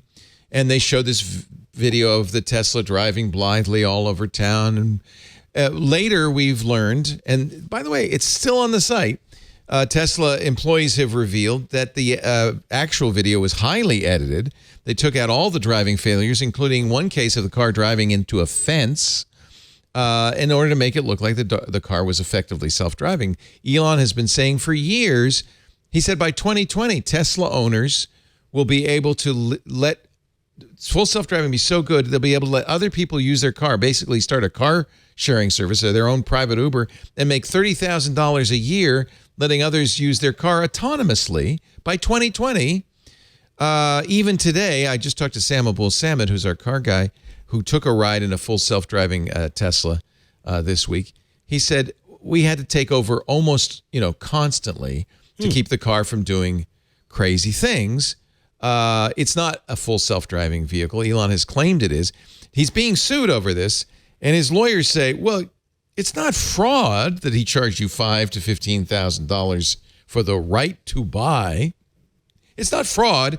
He was just overambitious. He was just, it was just him saying, kind of like Elizabeth Holmes saying her blood drop testing technology would work when it didn't. Now, she was, by the way, she and Sunny Balwani are going to jail for many, many years, not for a failure of vision, but for fraud. Well, if you steal from rich people in America, then you go to prison. There's the key. Don't steal from George Schultz or you're going to jail. Yeah. So this, look, that's their defense. Elon was just ambitious, overly ambitious, and it failed. We couldn't do it. By the way, Elon is stop not saying selling it it as full self-driving. $15,000. This whole argument's crap. Yeah. It's infuriating. Sorry, Connie. I would also say this case is about more than just their claims. There's a difference between PR and then what you will say in court, right? And the claims that you make from a PR perspective and the claims that you make from in the courtroom, which you are legally liable to. But what's interesting about the case is that there's this case because Tesla has forced people who have had accidents and have been injured because of these self-driving claims. They're forced into, this is not going to sound sexy, but I just want to say it, into arbitration. And then you that's don't actually know in the contract. You have to. That's in the contract. You cannot sue. So then we don't know a lot of what's actually happening and what claims are not. What's PR and what's reality unless these cases come forward. And so that is also part of what is so interesting about this moment in time is that's another example of the company not wanting to have information come to light. And so, somebody who wants to be, so transparent and enable, the man on the street or what's his term for, the everyday person really has a very strong track record of quashing anybody trying to criticize or say anything, not just at Tesla when it comes to self-driving, but we've seen in other aspects of the various businesses because people get fired if they want to say stuff. So I also should point out that in the 4 months ending in October, 11 crash deaths due to automated tech vehicles, every single one a Tesla. Yeah. No, it's not just move fraud. fast and break things, but unfortunately, it's your drivers you're breaking. It's killing people. Actually, the 11th one was a Ford pickup, but it's deadly. No, if you tell somebody, if you sell the whole marketing is that this is this futuristic system which is self-driving, isn't it great? People are going to use it and take the piss. Full self-driving is an unambiguous label. It's not. Yeah, it's not an aspirational label. Anywhere. I knew when I bought my Model X and it had a bioweapon defense system, it was just a HEPA filter. That was obvious, right? I didn't drive into a mustard gas attack with it. But when you see full self-driving and you pay $15,000 for it, it's reasonable to assume it. Well, I can would work. Take my hands. Worse than that, I can get in the back seat because it's full self-driving. Anyway, that's one problem. There's another case going on. This time, it's federal investigation of Neuralink. Elon had his Neuralink event. Oh God, I'm going to get some hate for this, but I actually support Neuralink on this one. Oh, good. Okay, Neuralink. Good. I'm glad. So we won't look biased. Neuralink is Elon's attempt to create a bio interface, a human-machine interface. By the way, many exist already, far more sophisticated than anything Elon has shown for paraplegics and others. But he is now under federal investigation for animal abuse. Well, let's. Reuters is reporting that Musk said at his event that Neuralink will be ready for human trials in the next 6 months. Yeah, but this is a Musk deadline, so I had 3 years. You might want to get in your self-driving vehicle and drive on over to get that. He's now being investigated by the U.S. Department of Agriculture. Neuralink has killed 1,500 animals during testing since 2018. And it's not merely that they've killed that many animals. Animals are killed in testing all the time, as horrible as that is. But that maybe they were killed unnecessarily. Current and former Neuralink employees told Reuters they worked under a constant state of pressure, with Musk repeatedly demanding they work faster and encouraging them to, quote, imagine they had a bomb strapped to their heads, or threatening to trigger a market failure at the company if they didn't meet his goals. And this is the what a lovely this boss is the to work complaint for. of the USDA. As a result, animal testing was often rushed, meaning the data sometimes contained errors in tests that had to be repeated, causing unnecessary deaths. Other times there were human errors during the surgeries to implant Neuralink chips, which employees attributed to lack of preparation. So it's not merely that they've killed 1,500 chimps, but that many of them were perhaps unnecessary. Defend that. Okay. Well, You don't like chimps. First off, they weren't chimps. They were largely macaques. Oh, pardon me. Okay. But I mean, I'm glad you know the difference. That's good. well, near A ancestors. macaque and all that, is like a monkey, though, right? Yeah, look. Anybody who's wearing lipstick, using shampoo, they've been responsible for the deaths of animals. Yep. I understand. Now, if they've rushed it and they've been unnecessarily causing harm, fine, prosecute them. But I'm sorry, animal testing is a thing, particularly for something like this, and you cannot have it unless you do animal testing, and animals are going to die on this. Yeah, before you put this in my brain, I want you to kill a couple of macaques. Well, look, I mean, NASA deliberately breaks mice's limbs, sends them into space to see how they react, euthanizes them, brings them back down to see how bones will work in zero gravity, will mend in zero gravity. That's something we definitely need to know if we're going to become a spacefaring civilization. I'm not reflexly against animal testing. All I'm saying is, if you're going to do it efficiently, and where you can get software to go against it. But I'm sorry, for a lot of advances, sooner or later, some animals are going to have to die for that. Okay, I won't argue that, although unnecessary animal testing, we would all agree I'm with you on that. A terrible thing. And frankly, you can buy, all my makeup is not tested on animals, because by now they know this is going to hurt somebody, this is not going to hurt somebody. They don't need to risk an animal's health to test that. Yeah, but I mean, you've got to test medicines on animals. It's not entirely effective because different animals have different reactions to medicines than humans do. But you do the best you can. But you don't want to see how the sausage is made, but the sausage has to get made. All right, that's coming from the country that makes black pudding. I mean, come on, listen. That's not even sausage, by the way. Black pudding is fantastic. I will not hear a word said against it. You know what's even worse than black pudding? White pudding, because it's still just as gross. Look, I'm going to make a distinction between mice and macaques, and between lower and higher primates in terms of level of intelligence. I think this does matter.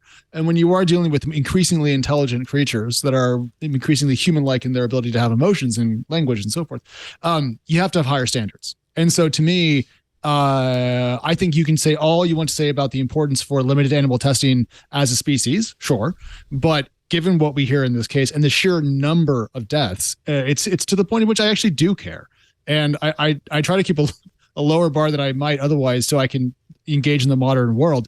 But this seemed to be highly abusive and unnecessary. And unnecessary I think is the death key. Yeah. is bad. Yeah. No, I mean, it has to be necessary. But at the same time, I don't know if anyone here is a vegetarian, but, it's not great in a slaughterhouse either. But, at least that's for food. I agree. I mean, to our I'm eternal critical of that shame. too. Yeah, we can sit here and say factory farming is bad and the way we process chickens is ridiculously evil, and that Elon Musk shouldn't be killing monkeys, and that, yes, some limited animal testing is fine. You can have all of those at the same time. They're not contradictory. Absolutely. Well said. And I'm going to just throw this in there. Really excited about brain-computer interfaces. I don't want them to be brought to the market on the back of a unnecessary string of dead animals. I just want them to work. And I suppose that the ones that are being used now, for instance, for a paraplegic to be able to type with their brain or to move limbs, I suppose those probably were tested on animals before they were tested on humans. I'm kind of iffy about that argument, because we've had legitimate scientific research doing this for 10 years and working towards it. What I worry is Elon Musk is going to get in there and say, Who cares about that? Just get it done fast. And that's like what it looks like. Like they did with Tesla, you know? Yeah, that's what it looks like. Yeah. It's amazing how much we have to talk about Elon Musk on a day-to-day basis. I'm really tired of the guy. I am so tired of it too. I feel like we kind of can't just ignore it either, though, right? No, we're stuck. I mean, like, this is the correct That's what he wanted. rundown of articles to talk about today. I was actually very impressed with the Twit staff who put together today's agenda. I was just bummed out that one dude is so central to it. I mean, I thought the point of capitalism was to engender competition, not faux monarchs sitting on top of a pile of wealth. Oh, but come on, this is America. You've given up on competition years ago. Duopoly, monopoly, that's where the profit goes. So, you know. This is why I was in favor of Lina Khan taking over at the FTC. I'm with you totally. I think break 'em up, she'd be y'all. great. Yeah. Let's get some decent competition in here. Let's get a mobile services. Let's bring back Windows Phone. So did you did that's you going watch too far, Alex. the Harry and Meghan show? I knew this was going to come up, and so yes, I wasted an hour of my life. I did too. I watching said, the first you know what? episode Lisa and of I Harry yesterday and Meghan. said Ian's going to be on. We have to watch this thing. It's just okay. It's not fist-bitingly bad, but it's just boring. bad. It's just an dumb. infomercial for you know at home with the Sussexes. But you know they're really in love. You could tell. You can tell they're in love. Certainly, it does. They made a point of saying that many times. Many. In fact, if I hear Harry say, "I have to protect my family," one more time, I swear, I'm just gonna I know you loved the Queen, and we all loved the Queen. She But did. isn't it She did a time to lousy job very well. Isn't it time just to get rid of this whole waste of money and effort? Actually, we make a profit out of the royal family. We make a significant That's profit. not an excuse for him. No. What I hate about You the know royal who really family, makes a profit? The royal family makes a profit. They do pretty well. well, Charles owns Cornwall. That really helps. You know, it's just. But you know, I mean, It feels very medieval. Oh, it is totally medieval. Okay. And it props up a class system which is totally logically unsupportable. I mean, the very idea of choosing the head of the state, the head of the armed forces, and the head of the established church out of a womb lottery is just bonkers. It makes no sense whatsoever logically. But It's not about logic. It's about but I mean, heart. all credit to Harry for getting out of the firm. I think his mother would have been proud of him for doing that. Really? Yeah. I don't think she was proud when he did it. What? Diana? Well, she was dead. Oh, his mother, Sorry, not yeah. his grandmother. No, not his grandmother. No. Yeah. No. Diana. But Diana. So if you're watching The Crown, and who isn't, Diana's being portrayed as kind of a nut. Well, Was she a nut? You never really know because this is all done through. I the, feel through like the it would prism be a of- horrible life to be every time you emerge. It's the worst. I mean, surrounded by paparazzi. That's what killed her in the long run. And there's not video wearing a of her- seatbelt had something to do with it. Yeah, but they were fleeing from the paparazzi, and Look, 4 people were in the car. 1 person survived. The 1 person who was wearing a seatbelt. Oh. You know, it's kind of like it's Occam's razor. the Crown estates make $300 million a year for the government. Yeah. And then they give 10% back to the king to run the estates. Exactly, we make a profit out of them. Plus, there's the tourism angle, and everyone likes seeing the people in the big. I admit, the I big went to weird Buckingham bear. Palace and watched the changing of the guard. Yes, but here's the question I have. Why are Americans so obsessed with British royalty? We literally told them to go F off back in the day and had to fight a war to get them to go away. Yeah. And now we are keeping the entire Here's But the thing. I I thought, afloat with our But love of the royalty. you're becoming like us. I thought because Queen Elizabeth did a bad job with such grace and charm and Yeah, she was great at it. Yeah. was had at heart. She was given a pass, but Charles is turning out to be a little bit of just kind of a upper class what twit. we expected. Yes. I was going to say, I mean, he's the idiot's son, but I mean, before Americans So criticize I feel like the royal family isn't going to have the gravitas, and the distance that they were given, the permission they were given, thanks to the grace of the Queen. I think people are not going to give them that with my Chaz. worry is that Charles has plans to try and rule rather than just be the figurehead that he's supposed to be. Really? Well, he's been writing letters to. I mean, the royal family has the ability to kill legislation which affects them personally, But they're not supposed to ever do.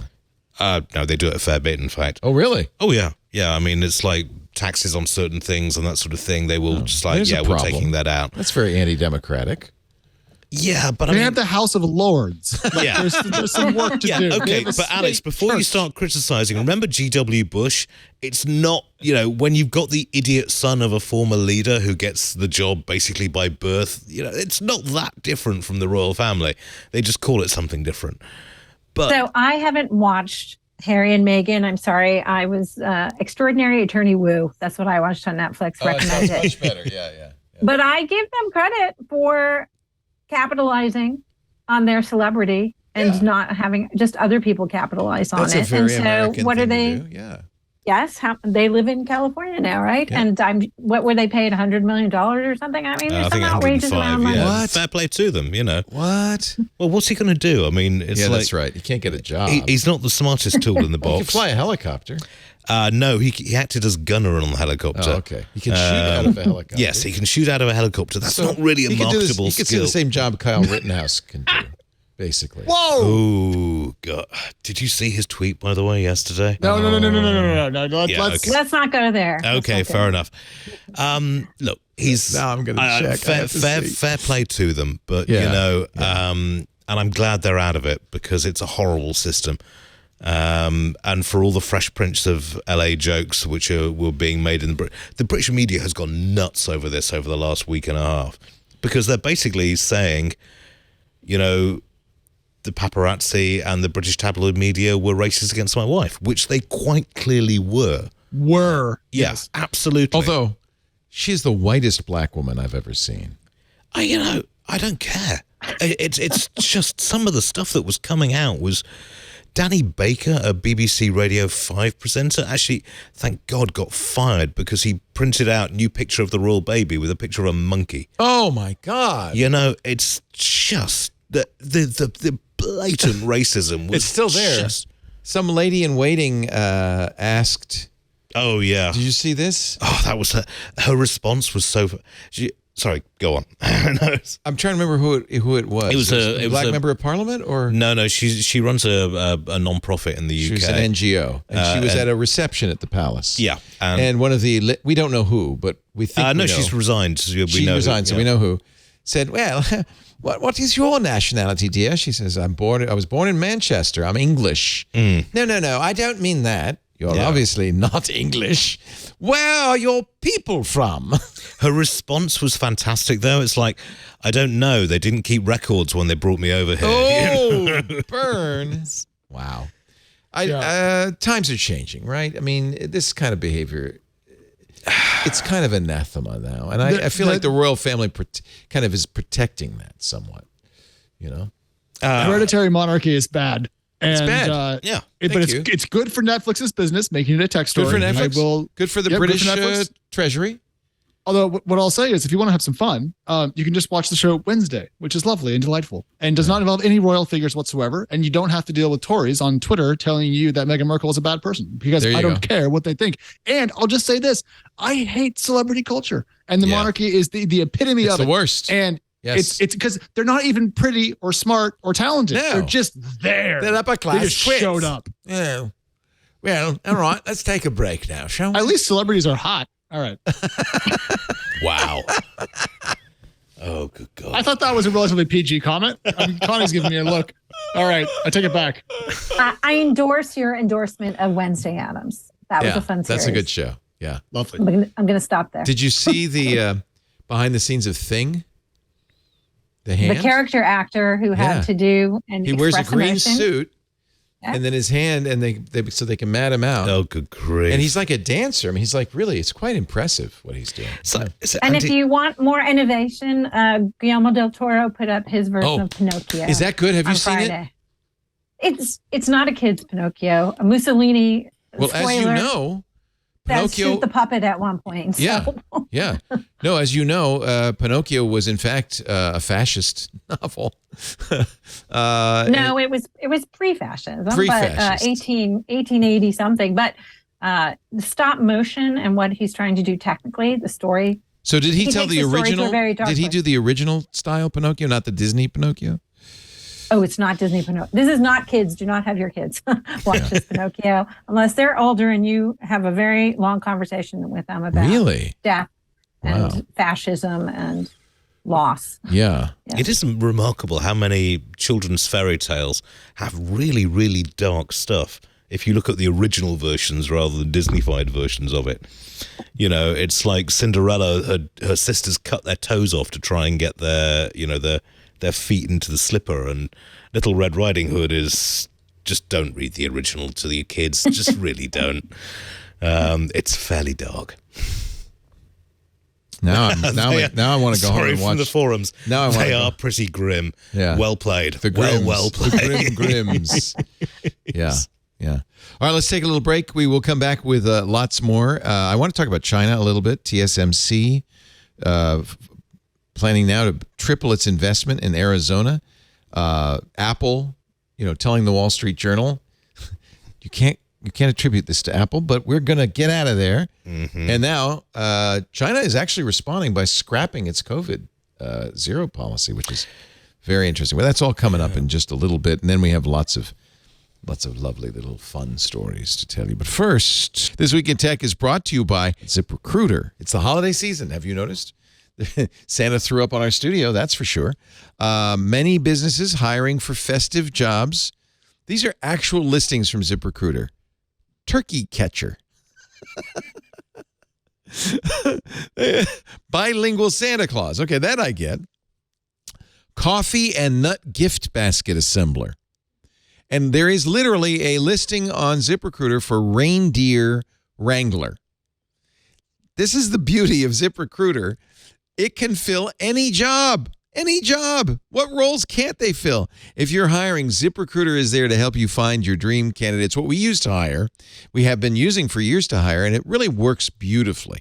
So the first part, of course, is that when you post on ZipRecruiter, you're not just posting to ZipRecruiter.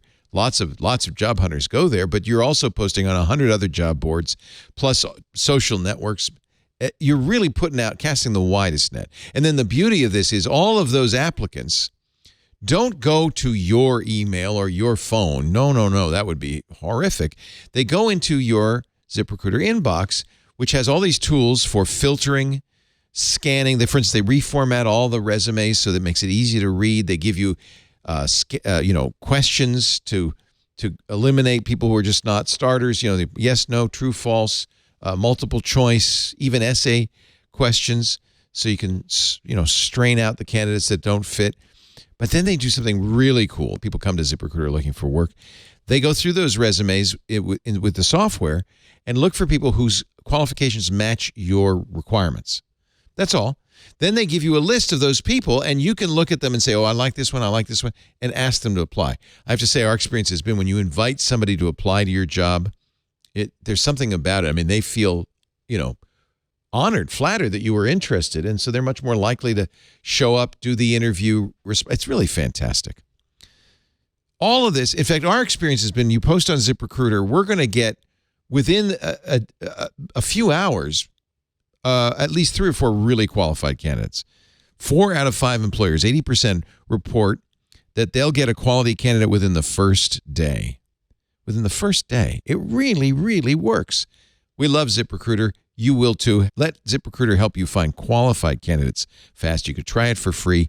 ZipRecruiter.com/TWIT. ZipRecruiter.com/TWIT. They're fantastic. Thank you, ZipRecruiter, for your support and for helping us find such great people like Viva. I always call her Viva, and others. Thank you, ZipRecruiter. So, it's funny, we were talking about this last week. The Wall Street Journal publishes a story saying, Apple's thinking of getting out of China. They're moving faster to get out of China. And somebody, I can't remember who it was, maybe it was Jason Sell, said, okay, this is a really good example of how Apple will go to the Wall Street Journal and say, no, you can't attribute it to us, but we think you should write a story. We would like you to write a story. They get that kind of inside, and I think somebody said this is exactly what happened there. Nevertheless, I think Apple's trying to send signals. Yeah, we understand it's problematic. iPhone production down 40% this month because of riots, anti-COVID zero policy riots at the Foxconn iPhone factory. They call it iPhone City. 300,000 people work there building your iPhone, and they're unhappy. I don't blame them. They're rioting at the moment. Rioting. for a couple of reasons. One, the COVID policy, but two, they weren't given the bonus they were promised. The Chinese Communist Party is going to veterans and others saying, can you go work at this factory? We need to keep the production going. China understands this production is very important to their economy, as important to their economy as it is to Apple's. There were lots of protests, and now President Xi has announced they are dropping their COVID testing, quarantine requirements, a big pivot. Is that victory? Is that victory for the Chinese protesters? I guess it is. Well, I mean, part of the reason for the anger over this is that there was a fire in an apartment building where people were locked in. They were welded into the building. Yeah. I don't know. I've heard so many wild stories coming out of China over the last year. I don't know what to believe on it. But I think, to be honest, onshoring production of chips and the rest of it, that's an absolutely essential thing. We've become far too dependent on a very few number of manufacturers, and both from a human rights, economics, and national security basis, that needs to stop, and we need to onshore this stuff. TSMC, the Taiwan semiconductor manufacturer. Oh, that gets me so angry. What? They're building it in Arizona, the most water-stressed state in the United States. And it does use a lot of water, and they're I'm building two huge fabs there. Intel is building them in because they're getting tax breaks for it. But where's the water going to come from? Sorry. Well, we know where the money's coming from, the CHIPS Act. A lot of it's coming from the U.S. Yeah, I mean, the taxpayers. But that is good. I think it's good. It's important for America that we take some of this manufacture home. Yeah. We're never going to take the assembly home. I mean, imagine, where would you put a factory with 300,000 workers getting paid minimum wage to assemble iPhones? There's nowhere in the United States you could do that. So this is a story of someone who was an Apple reporter for a very long time at Bloomberg and Forbes. Don't put all your iPhones in one basket, right? Apple moved all of its manufacturing, as did, by the way, a lot of the other consumer electronics companies to Asia because of the war of cheap labor. And do you remember back in 2016, 2017, can't remember, maybe 2015, all of those suicides at these factories. Right, yeah. They put nets up to catch people jumping out of windows. Because the working conditions were so badly. So this is just more an evolution of the working conditions in places where you're trying to exploit cheap labor. It's coupled with the fact that we just went through the pandemic, which exposed the problems of having the supply chain all outside the U.S. And companies like Apple have, and under Tim Cook, who is, by the way, the chief operating officer who moved a lot of their facilities there to maximize their profits, now recognizing that you can't have it all in one place. You know, whether or not it's in Arizona or some other state, we do need to bring some of that back. Not all of it will come back because there are many other countries where that labor can be exploited. Vietnam, Brazil, India. Advantaged or what have you, if you will. But it's about diversifying that. And right now, China, for a variety of reasons, is not a popular country for American businesses to want to do business with. And this is just another example. Apple certainly has the cash to do whatever they want in terms of where they want to set up production, where they want to set up manufacturing. How long does that take, right? They've invested a lot, not just in outsourcing the manufacturing there, but they've actually set up supply chains and systems to make sure that they get priority building those factory lines. They put a lot of cash overseas to set those up. And so they're not going to 100% detangle from that. But it is the start of diversifying, not just, I think, for Apple, but for a lot of other companies who are caught short because of you can't have everything in one place. And if a tsunami hits or an earthquake hits or a pandemic hits, then you're out of luck. Well, also, I mean, Taiwan is going to fall to China at some point. That's really, you think that's a given? That's a given. It's like Hong Kong. They're coming for it, and there's quite frankly nothing anyone can do. Much like Hong Kong, where it takes a while. I mean, Hong Kong, we agreed to hand it over, and they promised to make sure that it stayed a democracy, and we've seen how that worked. Taiwan, there's nothing anyone can do. America can't defend Taiwan. They get the. Do you think it's a mistake? Biden said we will defend Taiwan. You think that's a mistake? Seriously, the first time you send a couple of aircraft carriers that way in a war situation, they're going to get sunk. Yeah. It's, Americans won't stand for it. Well, I mean, China's been preparing for this for the last 20 years, whereas we're still fighting wars from 30 years ago. Right. So, but I mean, in terms of Apple coming back to that point, Apple put a lot of pressure on TSMC to actually do more advanced chips at this Arizona plant, because originally they were going to do higher nanometer processors, and now they're just saying, no, we need the newer stuff over here, please. So it is, as Connie said, about supply chain, but just Arizona, seriously. Put it in Maine. Put it in Vermont. Put it somewhere with water. Do you know what we have a lot of in Rhode Island? What's that? A lot of water here. A lot of water. We're like 2/3 underwater. So like, just put the plant here. A lot of water. But also, I mean, up north you can use air cooling. I mean, this is so. We're doing a whole series of features on the Reg about this, about data center cooling methods, and building data centers in the middle of a desert makes no sense whatsoever. I love capitalism, but it's very clear that there are misaligned incentives built in to capitalism, and one of the misaligned incentives is make money, but at the cost of a sensible, long-term strategy, right? Oh, well, I mean, there's a classic paper from Goldman Sachs last year where they pointed out that actually developing cures is much less profitable than developing treatments. That's right. So, you should... You don't want to cure anybody. Yeah, you shouldn't focus on curing stuff. You should focus on treating it. That's sad. It's apparently, madness. according to the Wall Street Journal a couple of days ago, one of the reasons she ended the zero COVID policy was from a letter from Terry Gao, the founder of Foxconn, who warned that strict COVID controls would threaten China's position in global supply chains. Duh. And it's interesting, the power of economics even in the Chinese Communist Party, right? Didn't help Jack Ma, though, did it? No. Let me ask Connie, the longtime 12 years Apple reporter. In those years, I'm sure many times you wrote about Apple's Titan car project, their desire to create a self-driving vehicle. Yes, you love that story? You can't wait to talk more about it.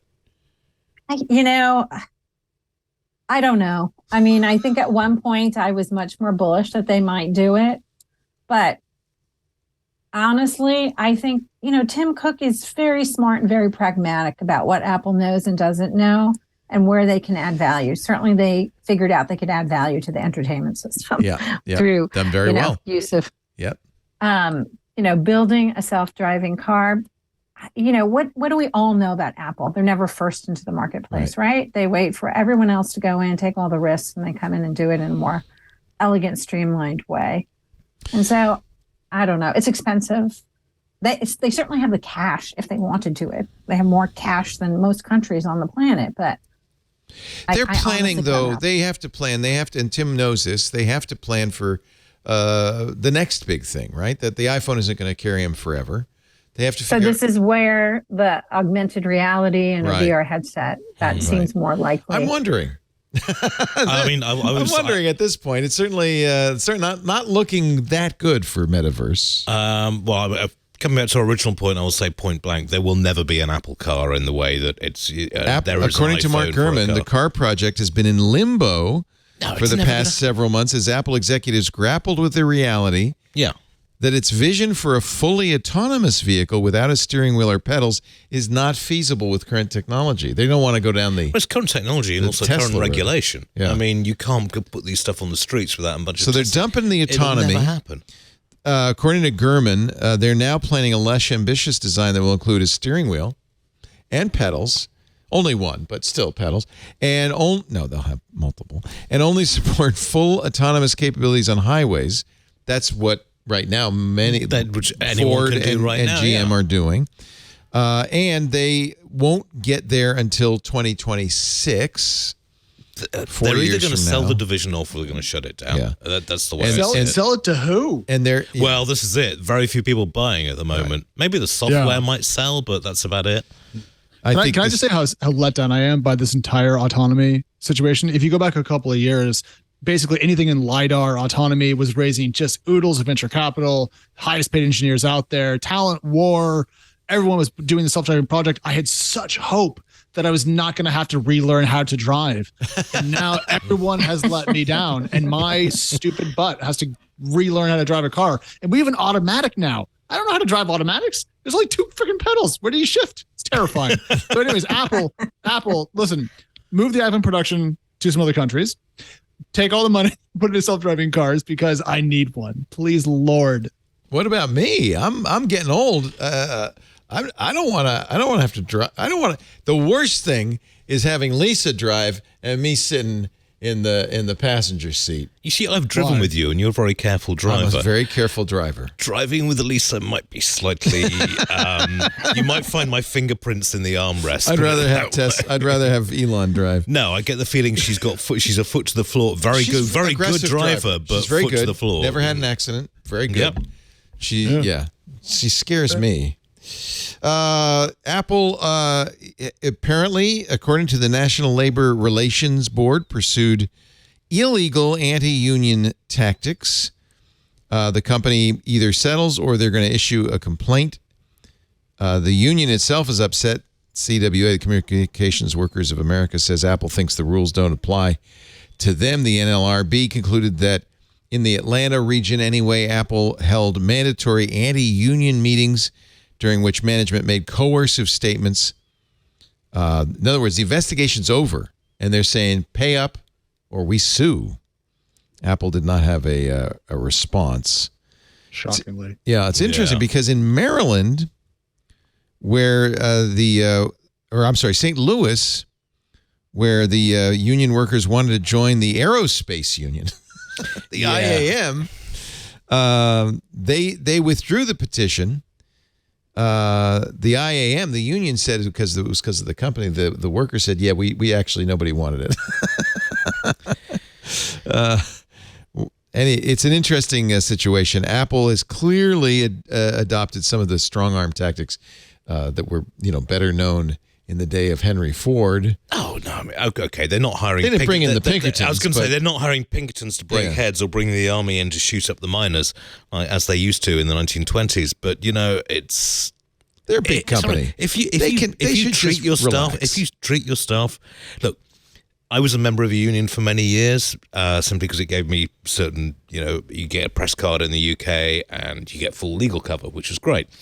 But for people like factory workers, for Apple retail staff, for that sort of thing, the only way you're going to get management to listen to you, if the only choice you have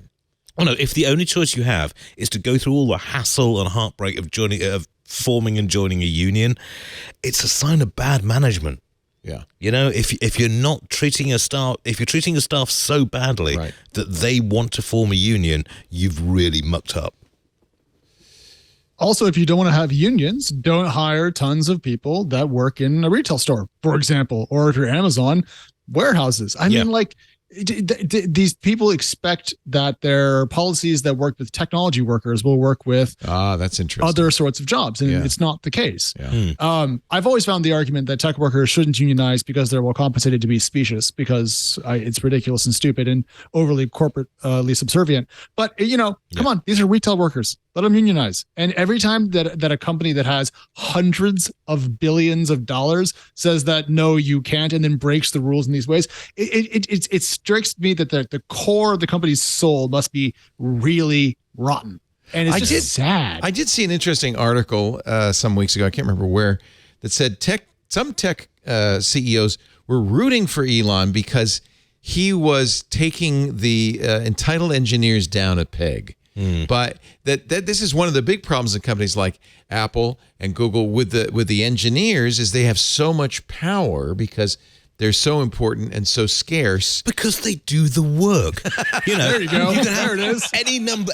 You can have any number of managers and HR people and the rest of it. But when it comes down to it, if you're doing the work which makes all that money, you should get a fair share of it. That's why we have pizza ovens and espresso machines. Hey, listen, you can take your pizza oven and look, give people a decent wage and some dignity at work. That's all they're looking for. I guess they probably do the pizza ovens hoping that they could pay them less, but at least you get free pizza. Well, no, but I mean, there's a certain group of people that would actually be a good deal. No, I had a friend who joined Google, and they're like, "Oh, I'm taking the Google bus down to work," and you're like, "Oh, that's great. It saves you the commute." It's like, yeah, but you're expected to work when you're on the bus. So now I've got an extra 2 hours of work on my day. At least Google didn't put bedrooms in the conference rooms. Can I make a point here? I think it's ironic that a lot of these people that we're talking about that are praising Elon are anti-remote work because they think people will do more work in the office. Which he is as well.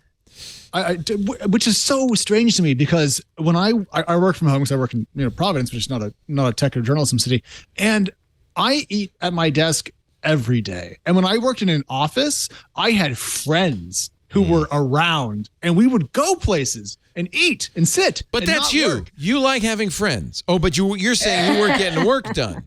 It was less. Yeah, because there's that guy who comes around to the cubicle and says, "How you doing?"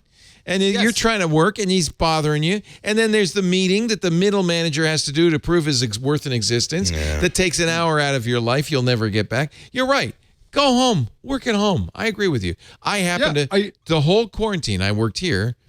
But so I kind of like coming into work. But not everybody does. And for those who don't, you shouldn't have to. This is it, Connie. Have you been working from home over the pandemic or? I have. I mean, I ran the CNET editorial team in my pajamas from my dining room table for the first 2 years.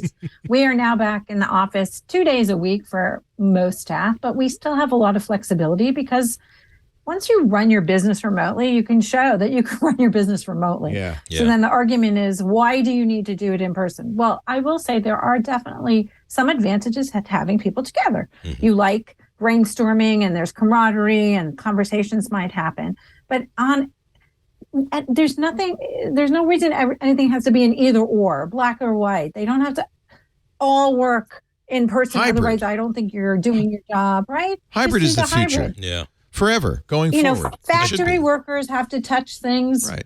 Unfortunately, they have to be in the factory. I get that. Or you work at a coffee shop where you're pulling coffee out, unless there's a remote or there's a coffee machine in the cafeteria that, by the way, you are fully trained on how to use because those things are not 2 seconds to use. Great respect to baristas. It takes some skill to know how to use those coffee machines. So it's about flexibility. But I think to the larger point, it's about treating people as people and what do you need in order to be successful as a company today? And if it's only profit because the 5 founders or 2 founders or 1 founder wants to be a billionaire, well, how many billions do you need? Yeah, right. And so it goes 10, back to 12. But it goes back to that. I'd take one. I'd be happy with 1 billion. What is the purpose of capitalism? Right. What is, if you're not paying people, right? Henry Ford, make the cars affordable because the people making them in the factories won't ever be able to buy one. Right. Yeah, and he paid his staff well as well, as long as they were white. Right. Right. So I just, I love that Hershey story, by the way. Cycle. That's a great story. I have to watch that show. Go look it up. Yes. Yeah. Yeah. Well, I mean, the same thing happened in the UK. We have Bourneville chocolate. They built an entire company town, and they didn't include any pubs with it because he was a Quaker and didn't believe in it. But that kind of stuff used to go on, and it's still going on. Google is building a campus with housing down in South San Francisco at the moment. But there's no chocolate. No chocolate. No. Although. Oh God! There is booze. There's lots of booze. Well, we used to prefer cucumber water. What is it about? What is it about chocolate magnets? Those are the nice people. The people who make chocolate. Wow. Very nice. Well, not Nestle. Oh, well, yeah. No, true. But they're Swiss, so that's another story entirely. Hey, there is. I want to give Apple props because there is an Apple story that is I think a bigger story than it's been getting coverage for. It deserves it. Apple is turning on end-to-end encryption for more things, including iCloud backups. And that is huge. They're going to turn on end-to-end encryption for notes, for iCloud Drive, for photos, reminders, Safari bookmarks, Siri shortcuts, voice memos, and wallet passes. In fact, the only major categories not covered by this advanced data protection are iCloud Mail, Contacts, and Calendar, and that's just because they have to interoperate with other calendar systems. This is huge, and their FBI is not happy. Well, apparently, I mean, I was reading. I think it was Matt Green was talking about this. They've had this capability since about 2016. Yeah, apparently the FBI told them not to turn it on. Yeah. Well, you remember the San Bernardino shooting where they went head-to-head with the FBI. Right. Apple's response, by the way, when the FBI called and said, we have this phone, we can't unlock it, you have to help us, was all you have to do is bring the phone back to his apartment where it will get on the Wi-Fi, upload to the iCloud, and we'll give you everything. Because Apple, for years, has had the keys to iCloud and been willing to give law enforcement, had to give law enforcement anything they wanted, and that was always their out. My understanding is they screwed the pooch on that because they tried to open it with various different passwords. Yeah, the FBI screwed up. Yeah. So that's been a long-standing thing. So it's really interesting for me to hear that Apple is going to go up against the FBI, the UK government as well, the Australian government as well, and make it so that when a lawful subpoena comes from these law enforcement agencies, Apple can say, hey, we'd love to give it to you. We can't. It's encrypted and we don't hold the keys. That I can understand why Apple might want that, but they're going to good on them, by the way. We as users should all want that. That's real privacy. I guess they decided that it was better to make the users happy than the FBI. They're going to get some heat. And what are they going to do in China? Because China is not going to like this. Well, they're not going to have this function the same way in China, I presume. But I will say points to Apple here. I agree. This is, by the way, great. According to the Wall Street Journal, rolls out in China in early 2023. Whoa. I hope they brave. move the iPhone production by 2023. Very surprised. I think the Chinese government would be saying, nice factories you've got there. It would be a shame if something happened to them. Because, I mean, Apple's big thing is, we keep your data secure, we keep your data private. Asterisk, offer does not apply in China. Well, but look what happened when Foxconn's founder wrote to President Xi and said, you know what, this thing is going to cost you. She backed down on COVID-0. That's a big deal. I think China Apple's kind of thinking to himself, maybe this is the time to say, look, you want to keep those factories in Zhengzhou, you want to keep iPhone City going, this is our demand. I think it's going to be very interesting to see what happens here. They also dropped, and this is also good news, their plans to do on-phone scanning for CSAM, child sexual abuse imagery. Remember when they announced that, there was an uproar, a furor over that, saying, look, no one's in favor of child sexual abuse imagery, but you can't, there's no way to do this that doesn't compromise everybody's privacy as a side effect. So that's fantastic news. Apple also announced support now for the passkeys system. Good for Apple. Yeah.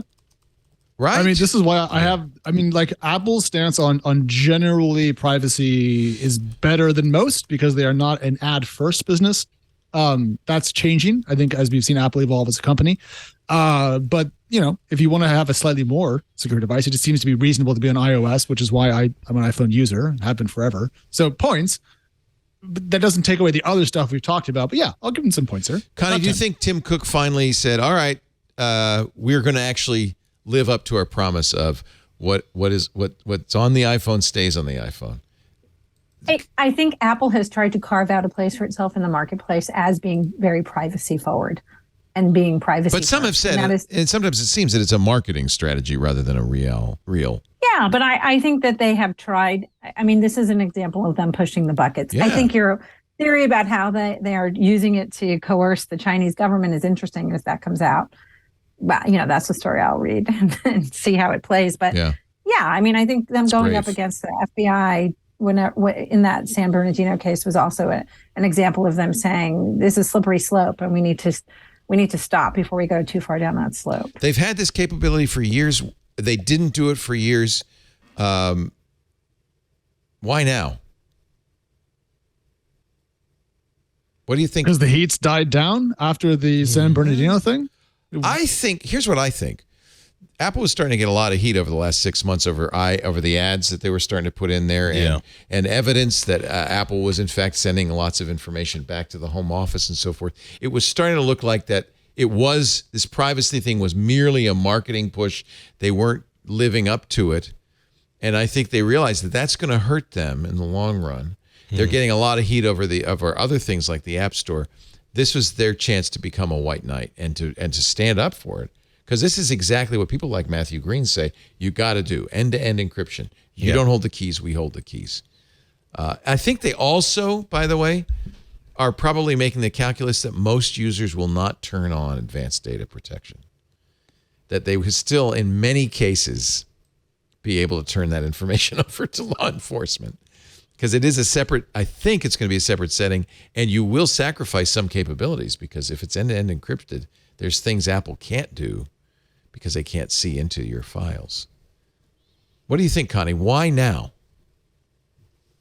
Why now? I think you said it, right? They've been getting pressure from a lot of different areas. They needed the to. App Store is not going away, right? They got they had a black eye over Epic. Yep. People have been talking about that still. Yep. They have been talking about privacy and touting privacy. And at some point you have to, this is what you say, now show us what you do.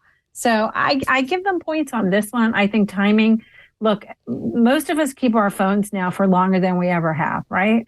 And you want, and it's come down to just a very few players in the marketplace, Microsoft phone aside. And so they need a reason to get people to want to lock into their ecosystem and be on that path to either upgrade every year or every other year and have a reason to want to come back. And if privacy and we add privacy things is part of their sales pitch, why not? The market is not, everybody on the planet pretty much has a phone. So in the US, the sales of smartphones, continue to decline because people are just stretching how much longer they have their phones, as Alex is showing us. And so it's part of a story to try to make it more compelling to pick this platform over another. Because you're not just picking the iPhone, right? As we've all said, you're picking their ecosystem and all the services and everything that go in with it. Good for them. I hope I'm not being too cynical and saying, well, they just said this is, good PR, that they really are committed to this. And I'm glad they did it, even though it took them years. I'm glad they did it. It's the right thing to do. I hope they are as well. But we're going to have to see on that. And turn on advanced data protection when it becomes available on your iPhone next year. Let's take a little break. Final words, final thoughts coming up. Some of the best stories of the show are always at the end. I should mention the fun ones. Like, for instance, the word of the year from Oxford English Dictionary. Stay here. Our show today brought to you by Wealthfront. Wealthfront's goal is to make building long-term wealth easy. And they do it in two ways now. We've always talked about the automated investing accounts. Now they also have high-yield savings. And all of it inside this beautifully designed interface. I just love the Wealthfront app. Is your bank keeping money that could be yours? If you're earning less than Wealthfront's, get this, 3.30% APY, I think they might be taking a little bit more. Federal interest rates have been going up, right? Banks have been earning more on your savings, but are they giving that money back to you? According to the FDIC, the average U.S. bank has only raised the rates they pay to you to 0.21% this year. 0.21% this year. Wealthfront's actually offering their clients a rate that's almost 15 times higher with a Wealthfront cash account. It's easy to sign up, plus you'll get unlimited transfers that are completely fee-free and up to $2 million in FDIC insurance through partner banks. There are no account fees, no minimum balance. If you sign up at wealthfront.com/twit right now, they're going to give you a free $50 bonus with an initial deposit of $500. That's nice. So just one more reason to love Wealthfront. Don't let your bank keep the interest you could be earning. Move your savings to a high-yield account like Wealthfront and earn 3.3% APY. That's pretty amazing.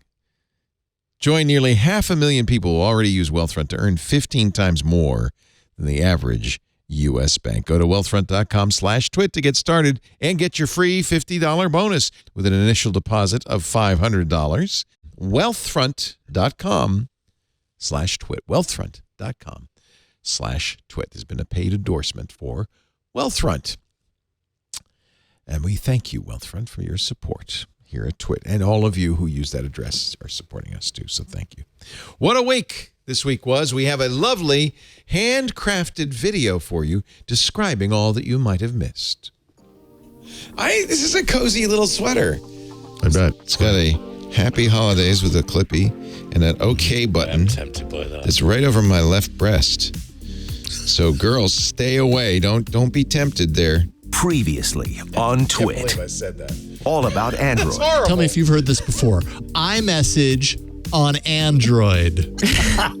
Well, there's a company called Sunbird. They claim setup of iMessage in Sunbird only requires 1, an Android phone, and 2, 60 seconds of your time. Tech News Weekly. I thought it would be great to sit down with ChatGPT and have a little conversation. Can you write a pun-filled rhyming poem? Large language models are quite the feat, with their ability to process and tweet. They've been trained on lots of data and can help you with any task or drama. Security Now. The Verge's coverage of Anchor's Eufy IoT cameras did not pull any punches. Our super smart AI, apparently much better than their super dumb crypto, it analyzes your recorded footage without the need to risk your privacy by sending it to the cloud. Okay? Like, all of this is untrue. Stunningly. Wow. In a TNO, trust no one world, the simple, though impractical truth is, unless you designed it yourself, you don't know what it does. Twit. Making the world safe for technology. What a fun week that was. Lots more still to come. It's going to be a great week. A reminder, the way we're handling the holidays, as usual, means that, because this year Christmas and New Year's Day are both on Sundays. So how we're going to do this is Christmas, we'll have our holiday episode, which is going to feature the old timers, Jeff Jarvis, Paul Thurrott, Steve Gibson, and Doc Searles, and me. We'll do a little fun kind of roundtable looking back at the year 2022. And then January 1st will be our best of episode. The week of January 27th for every other show will be our best of episode, so we can give the staff the last week of the year off. So best of episodes coming January 27th. The Twit holiday special December 25th. Did I say January? It's December for both the best ofs and the holiday special. Very excited about that. Let's see. NASA awards a $57 million contract to build roads on the moon. The future is now. I'm very excited. This is a company, you might have seen videos, TikToks of them, Icon. It's an advanced construction technology. They do concrete 3D printed homes. Have you seen that extrusion machine that builds the house? It's the wave of the future. And also Orion space capsule landed back on Earth Orion's today. home. Yep. After replicating a mission that America first carried out 54 years ago. Yeah, but just to show we can do it again. Yeah. We're older. We're wiser. Orion was very fun and very exciting. Did you see? I have to show you. But I mean, the moon thing is just, we're going to have to build there because you can't transport stuff there. You've got to build with the rock you've got. So they're using regolith, lunar regolith, to make this concrete. They'll use it for roads, habitats. They'll extrude the habitats with conduits all ready for wiring and piping. This is just $57 million is just to test it, right? But I think a cool idea. So you were talking about Orion, and Rod Pyle sent me a great, he was watching the Lockheed Martin video. Remember with Orion, you could say, don't show it yet. Don't show it yet. Let me explain it first. You could send a message that would be displayed on the iPad in the Orion capsule. This was a joint venture with Lockheed Martin and Amazon, Echo Division, and WebEx. And so they would have to approve it. Obviously, you couldn't send, spam up there or anything like that. They'd have to approve it. But obviously, somebody at Lockheed Martin has a sense of humor because they did accept this message at 264,883 miles away from the Earth. Now you can show it, Benito. We've been trying to reach you about your spacecraft's extended warranty sent by blocked. I thought it was going to be hot singles in your area with zero temperature outside. They did block all of those, but I think they must have realized this is actually pretty funny. So Nice job, somebody. Anybody who submitted that would have thought there's no way this is getting through. It did. Well done. Let's see what else in just the bottom of the barrel on these stories.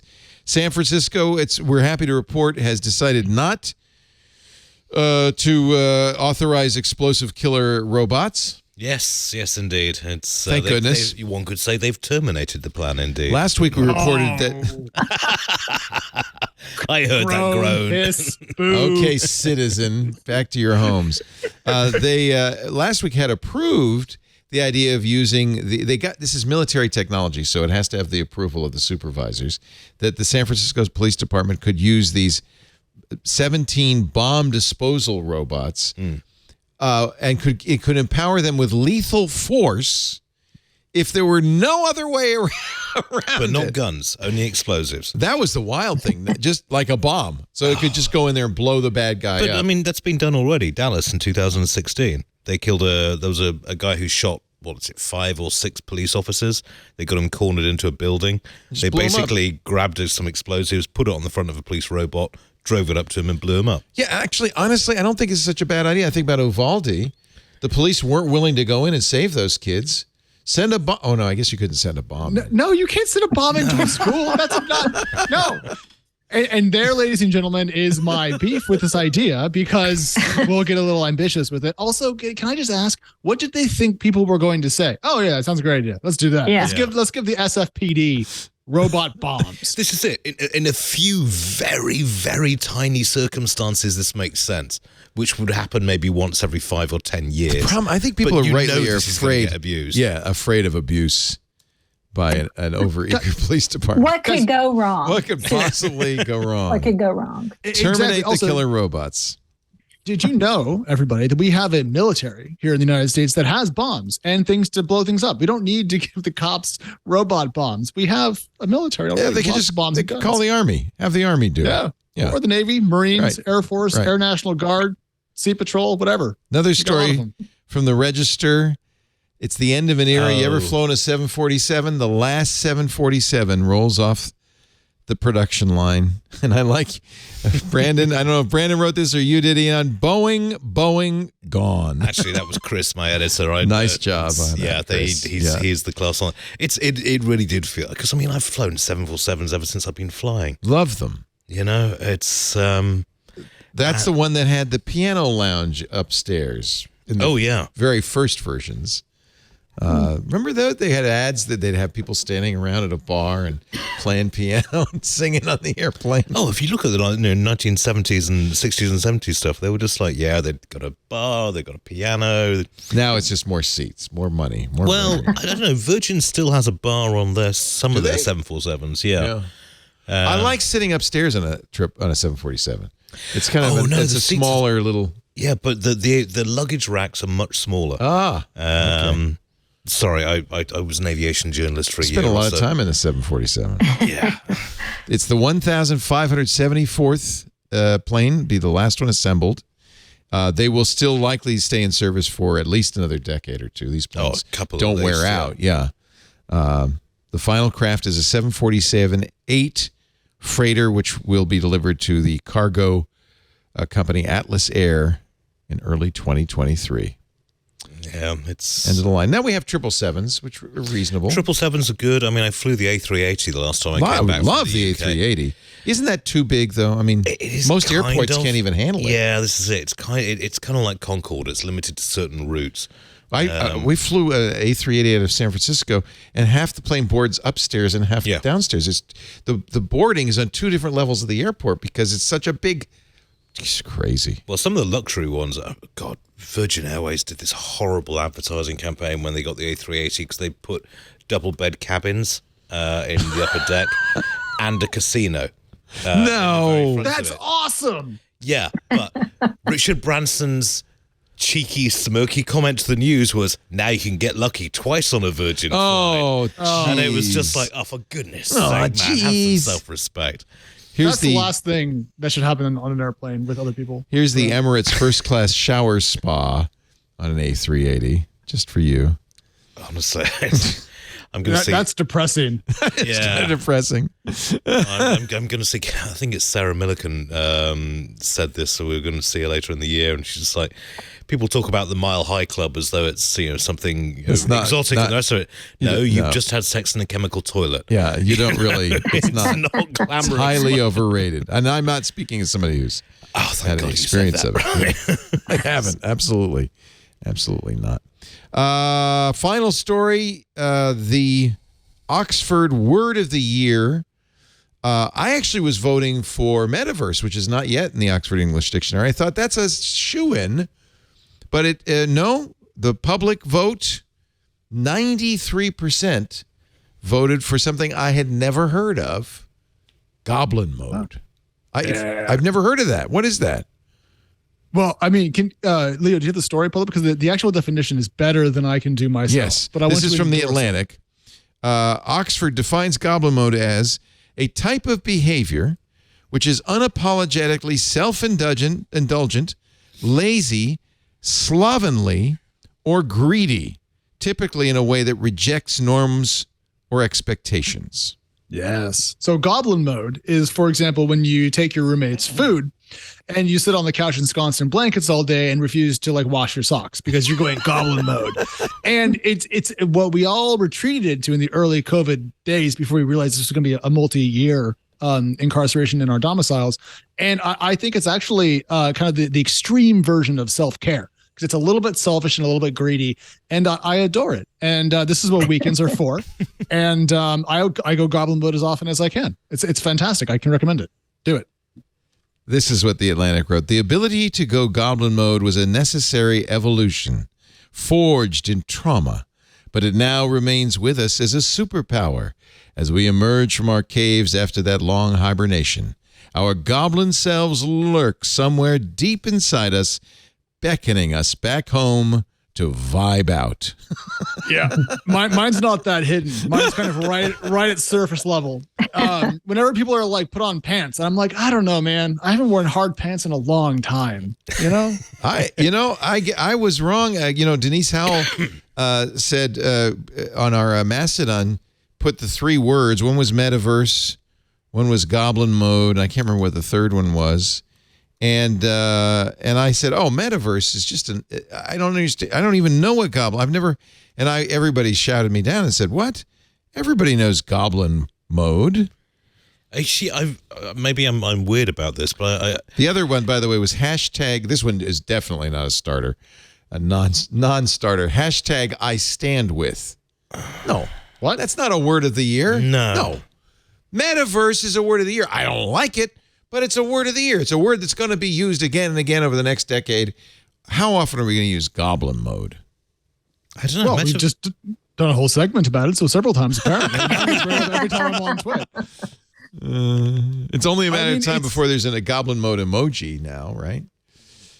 I think that the idea of investing a little bit more in what makes you happy versus going out in the world and doing performative things for the sake of being part of norms is the underlying tension that makes Goblin mode interesting to me. And I think as I try to relearn how to be social and so forth, I think I'm just a fundamentally different person, and I'm a bit more Goblin mode-esque than I was pre-COVID. Yeah. I think this is so great that you're saying this, because you're just about to have a goblin who's going to take all your Goblin mode away from you.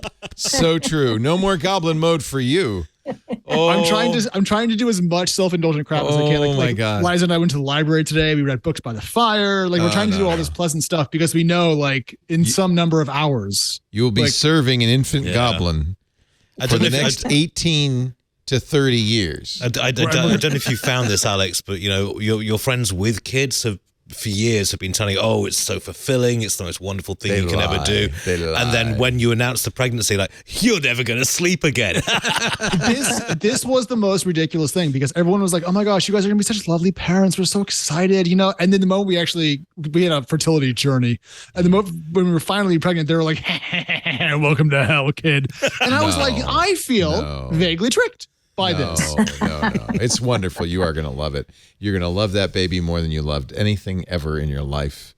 And I'm looking forward to it. But I will say, when I come back on Twitter the next time, let's go for 7 hours, because it's going to be after I'm done with parental leave, and I'm going to want to. It will be hide. a while from now. Yeah, you're not going to. I know. I've seen this happen to Devindra Hardawar. I've seen it happen again and again to our hosts. You are on for the last time for some time. You know what? I'm ready though. I'm ready for the next stage of life. This is going to be fun. So we're going to have a couple kids. And you know what? They were right. You two are going to be fantastic parents. I'm very, very happy for both of you. You should see all the cute hats we own for this baby. She's going to be the most fat. Like, people send us so many onesies. We have like math onesies from our math friends. Like, it's going to be, we're so excited. But not yet. Not yet. A couple days. I wish Microsoft still did these because I'd suddenly one, but I got one for a friend of mine. I was up at the Redmond campus for the 2008 server launch, and in the Microsoft shop they had baby onesies with Clippy on the front. With "It looks like you're having a baby. Can I help with that?" Oh God! And I wish they still did. Let me tell you the wisdom of my experience. Joke onesies are not a good idea. Okay? Oh really? I don't recommend it. Oh okay. What's the problem? You wear it once and then okay. The joke wears thin. The joke wears thin. That's actually a pretty good one. That's pretty fun. We have a lot of joke onesies. The problem is we have so much clothes for like 0 to 3 months, 3 to 6, 6 to 9, and then after that, like, clothes aren't as cute, so people don't buy them for you for your showers and stuff. Just get to know people with older kids. You'll be on the hand-me-down train. That is a very real thing. Hand-me-downs are a lifesaver. Yeah, my friends in town had one kid and stopped, and because they just wanted to have one, and so they gave us a bunch of their stuff. So my baby Bjorn that we have is from them, and we have a little mini bathtub for her, and so yeah, we've been hitting that up. But like, I'm curious to see how hard this is because my wife's a doctor. We have family nearby. We are super prepped. You're going to be in great shape. And Connie, we can pull it off. Connie may not know this, but this baby's nursery is in my mom's former weaving room. Yeah. Oh, that's great. They live in my childhood house where I grew up. Just total coincidence. So I know very well. I went this summer. I visited. I saw where the nursery is going to be. I'm just thrilled. I asked did I tell you this, Alex? I asked my mom, I said, did you know there was a stair up into the attic from your weaving room? She said, no, there wasn't. I said, yes, there was. There is. I saw it. She said, no. I said, yeah, that's where she put all her wool. So she probably never saw the stairs. That is now a repository for all the really beautiful dresses we have for Ada. Like all of Liza's childhood baby clothes her mom saved. And so we have like this amazing retinue of attire for this child. Everything from like heavy metal onesies to like frilly dresses. This kid's gonna have everything. It's gonna be great. I lived in that house from the age about, I'd say 6 or 7 to the age of 14. I'm still slightly freaked out by the concept of a weaving room, to be honest. Well, she was a weaver. Oh, right, okay. Which meant I wore a lot of scratchy wool ponchos. Thank you so much, Alex. All the best to you and Liza. I'm glad you made it through the show without an emergency. Go take good care of her. Her feet are swollen and she's tired and she's ready to have a baby. And you're gonna have a wonderful she's ready to be done being pregnant, and we're ready to hold the kids. So I will see everyone so in happy the for you, family Alex. in like March, April, somewhere in there. Yeah, we'll see. Good luck. Crossing fingers and toes for you, mate. Yeah. TechCrunch Plus editor-in-chief Alex Wilhelm. Thank you, Ian. So great, of course, as always, to have Ian Thompson in here, U.S. editor at theregister.com, our expert in all things English. And he's actually Scottish, which is why I gave him Irish whiskey, and that's confusing as hell. Honestly, it's whiskey. Who cares? I hope you have a wonderful holiday. And you too. And my love to you and Monica both. Mm-hmm. All right. And to you and Lisa. Take care. Connie Guglielmo, you're wonderful. We always love having you on, editor-in-chief at CNET, where you're working hard. When do you get to take off some time? I hope soon. I hope so too. Next week, the week after Christmas. Yeah. Yay. Take that week off. Enjoy. And have a very nice holiday. It was wonderful having you. Thank you. Thank you for having me. Merry holidays, everyone. Merry holidays. Thank you all for being here. We do Twit every Sunday, 2 p.m. Pacific, 5 p.m. Eastern time. That's 2200 UTC. I say that because you can watch us live if you want. Live.twit.tv. We stream audio and video there. People watching live often like to chat with us. You could do that in our IRC. That's open to all, irc.twit.tv. Also great to chat with us in our Discord, which is a lovely place to hang out with all the other Club Twit members. Please join us there. There's that's Goblin mode, I believe. right there. You can also watch the show after the fact. Download a copy from our website, twit.tv, or watch it on YouTube. There's a video. Actually, most of the shows have video, dedicated YouTube channels. There's video there you can watch. Good way to share video, too, with people if you want to clip out something and send it off to a friend. And, of course, the easiest thing to do is subscribe in your favorite podcast player, and that way you'll get it immediately, the moment it's available, so you have it in time for your Monday morning commute, wherever it is you go on Monday morning. Thank you all for being here. We'll see you next time. Another Twit is in the can. Bye-bye, everybody. Amazing.